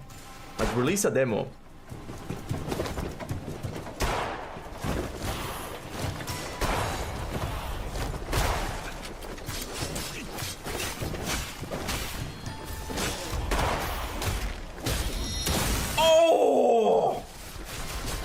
Wait, did you see that?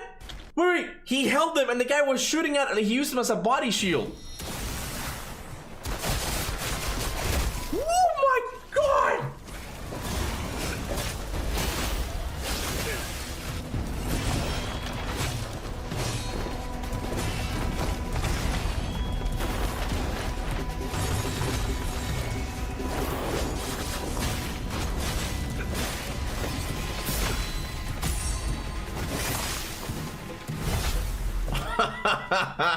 Nice.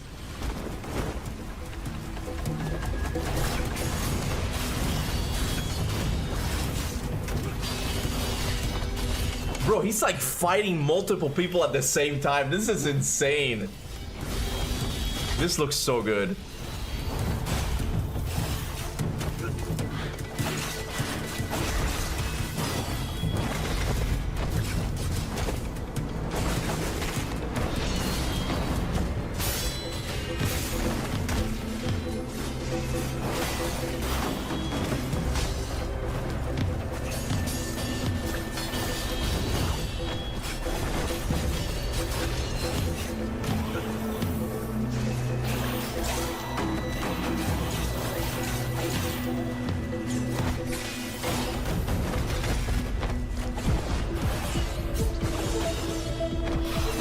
Man, it just looks great.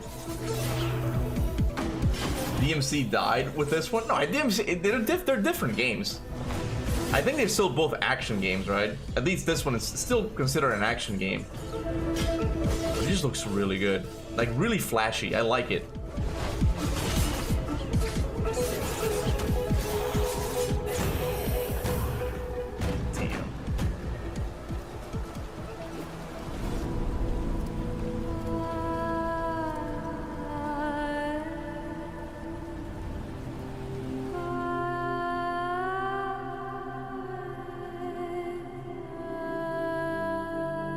Just brings a smile to my face.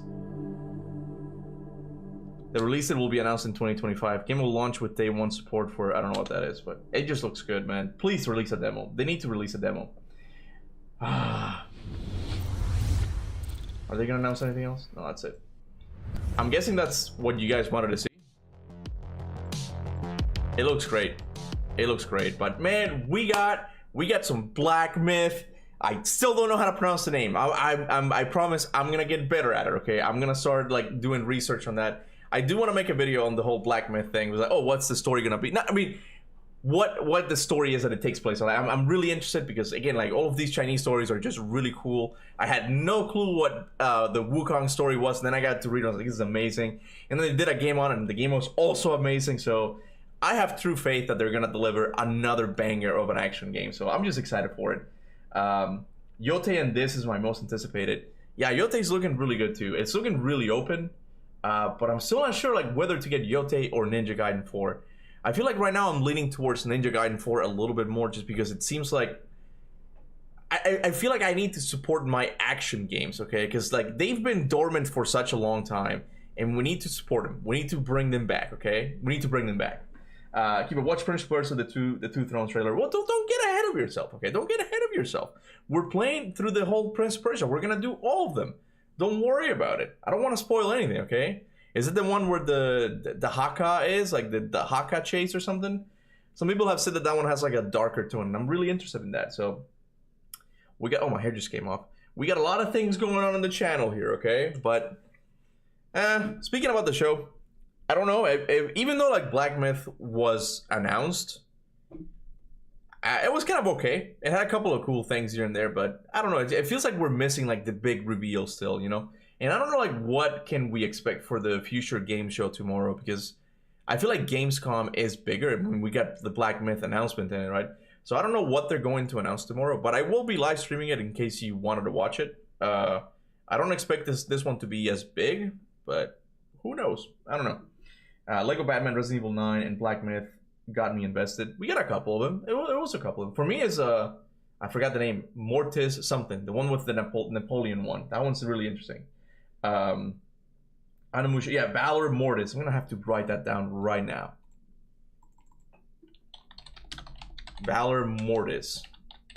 Yeah, Valor. Let me see. Valor Mortis and Black Myth were the only exciting things for me. Yeah. Black Myth Wukong waifu DLC is dead, sadly. I don't think it's dead. It's just weird that it's taking this long. That's the only thing I find weird. Was like, how come they haven't announced it yet? They're jumping into the even like a game like Lies of P, where it's like we know that they're working on the sequel for it, right? But they're doing. They announced the DLC and released it beforehand. Like, why is this taking so long, right? I don't know. I forgot the new Dante's Inferno game got me invested too. That one I need to see more. That one, it got me first with the Divine Comedy thing. I was like, is this gonna be Dante's Inferno?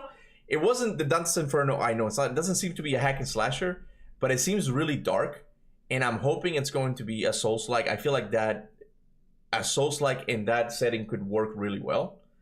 I don't know. I'm excited. They showed a couple of cool things. I'll make a couple of reactions for you guys to watch. I mean, you guys have seen already, but I'll just re-upload them because why the hell not? You know. Kuba's tweaking. I'm tweaking, man. They announced Black Myth. Here, I came in here thinking that it was going to be a DLC, but it's just the next game, which is pretty cool, you know. I think Wukong DLC will be announced and dropped in early 2026. It's just taking surprisingly long. I don't know why. But whatever the case is, I'm excited. Chronos games look type. Oh yeah, no, there were a lot of good games, but I'm talking about like new good games, new things that we hadn't seen before, right? A lot of the new announcements were just multiplayer stuff, you know, that I just didn't care that much about, right? But there were a couple of things that were interesting and things that I already know that were interesting, like Onimusha and I guess not Final Fantasy, Silent Hill F. That one looks good too. There's a lot of them. It's just things that I already knew about, you know. So no Sun Wukong Feet DLC. Well, I think we'll eventually get the DLC. It'll eventually happen, you know.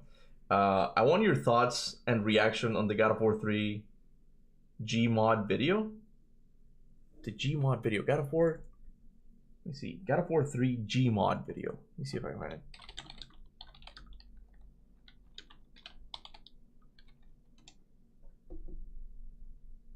It's 1 year ago. Is it the Zeus versus 4 minus? That can't be it. Minus primes?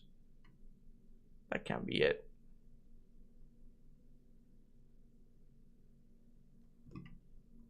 I don't see it. I don't see it. Someone mentioned this last time, but I don't see it.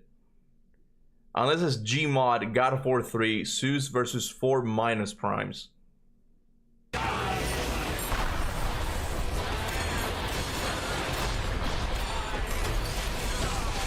That can't be it.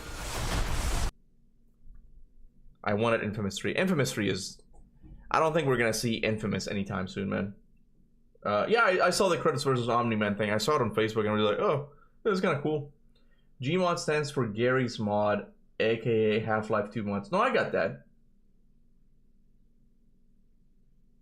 It's called When You Can't Afford to Play God of War 3. Hold on. When You Can't Afford...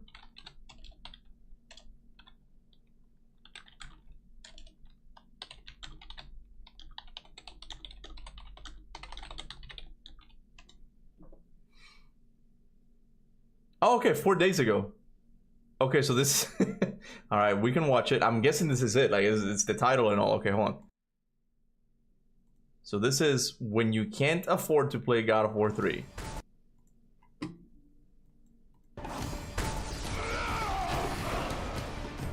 Let the rage of Sparta fuel your blade, Kratos.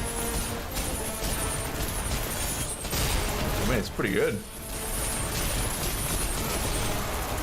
Damn.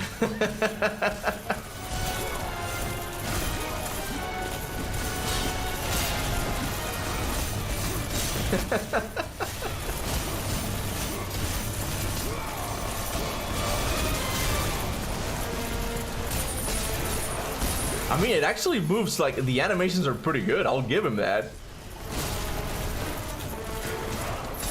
It is interesting. This is what God of War would look like if you could move the camera. It could work, man. It could work. Give us like a zoom out camera, but still let it be controllable.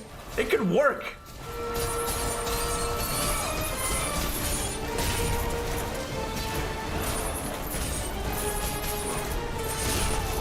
Is he fighting Dark Souls enemies? I just realized that.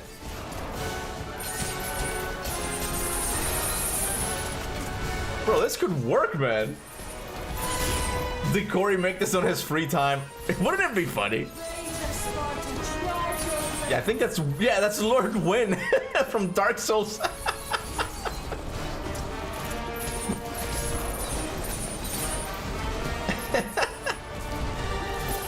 That's crazy good, man. That's crazy impressive that they were able to get all of those animations, like, pretty good.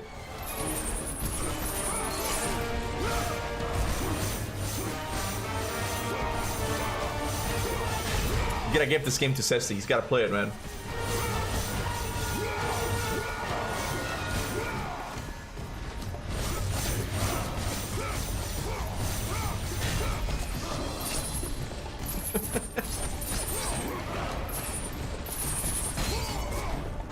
How long is this video?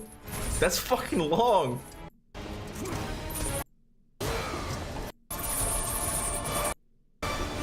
I mean, I got the gist of it.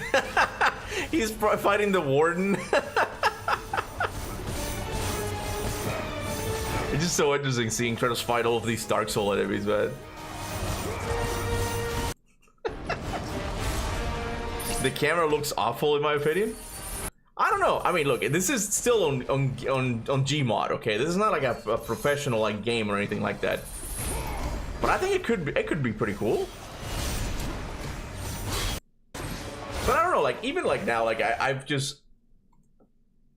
to appreciate like just fixed camera angles a lot more. Like even when I'm playing turn-based games, I'm like, oh, these like older turn-based games look cool because of the fixed camera angle, right? So I don't know. It looks interesting. Oh, Charlotte's about to go poopins. You gonna go poopins? You gonna go poopins? Jeez, you gotta watch my cat poop now. Hold on, let me zoom out. Let me zoom in. How do you do this?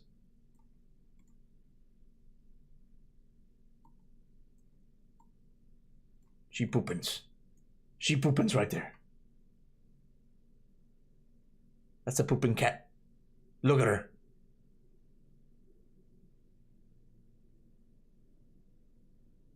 I think she just went to pee. All right, that was a little poop break. Anyway, so yeah, it looks cool. Of course, they would have to make a full game around it. You know, it just can't just be like the arena. You know, what the heck am I looking at? I believe we'll have an update from Santa Monica in early 26. What do you think? I don't know. I heard a rumor that Cory Barlog was saying that he posted on Facebook. That's like, oh yeah, guys, we're working on a really cool new IP that we're hopefully gonna show next year. I'm like, this is fake. This is fake. PlayStation employees or like game developers don't do this kind of stuff. They don't announce things prematurely, right? And people are believing it, right? I don't think we're gonna see anything. Well, I don't know. I'm not gonna say I don't think we're gonna see anything anytime soon because the more believable rumors, I guess, is that we're getting a PlayStation State of Play on September. To be honest, I don't even know if it's believable. I don't know. I just heard it. I don't know who started this rumor to begin with. It might have been Shinobi, which is kind of reliable, right? Yeah, that was fake as F. Yeah, it's like Cory would not be saying this, and Cory knows better. It's like I think even after the God of War anniversary, I think he finally learned not to say things like even if he's sure about, because like you're never really sure about it, right? Because I remember like he said something like, oh, it's gonna be huge, the anniversary, and I think they were planning the live service game for the anniversary, and that kind of fell through, right?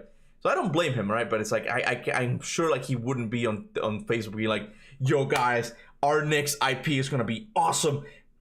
Sony doesn't know this, but I'm telling you that we're probably gonna show it next year. That he's not in control of these things. He wouldn't be saying that kind of stuff.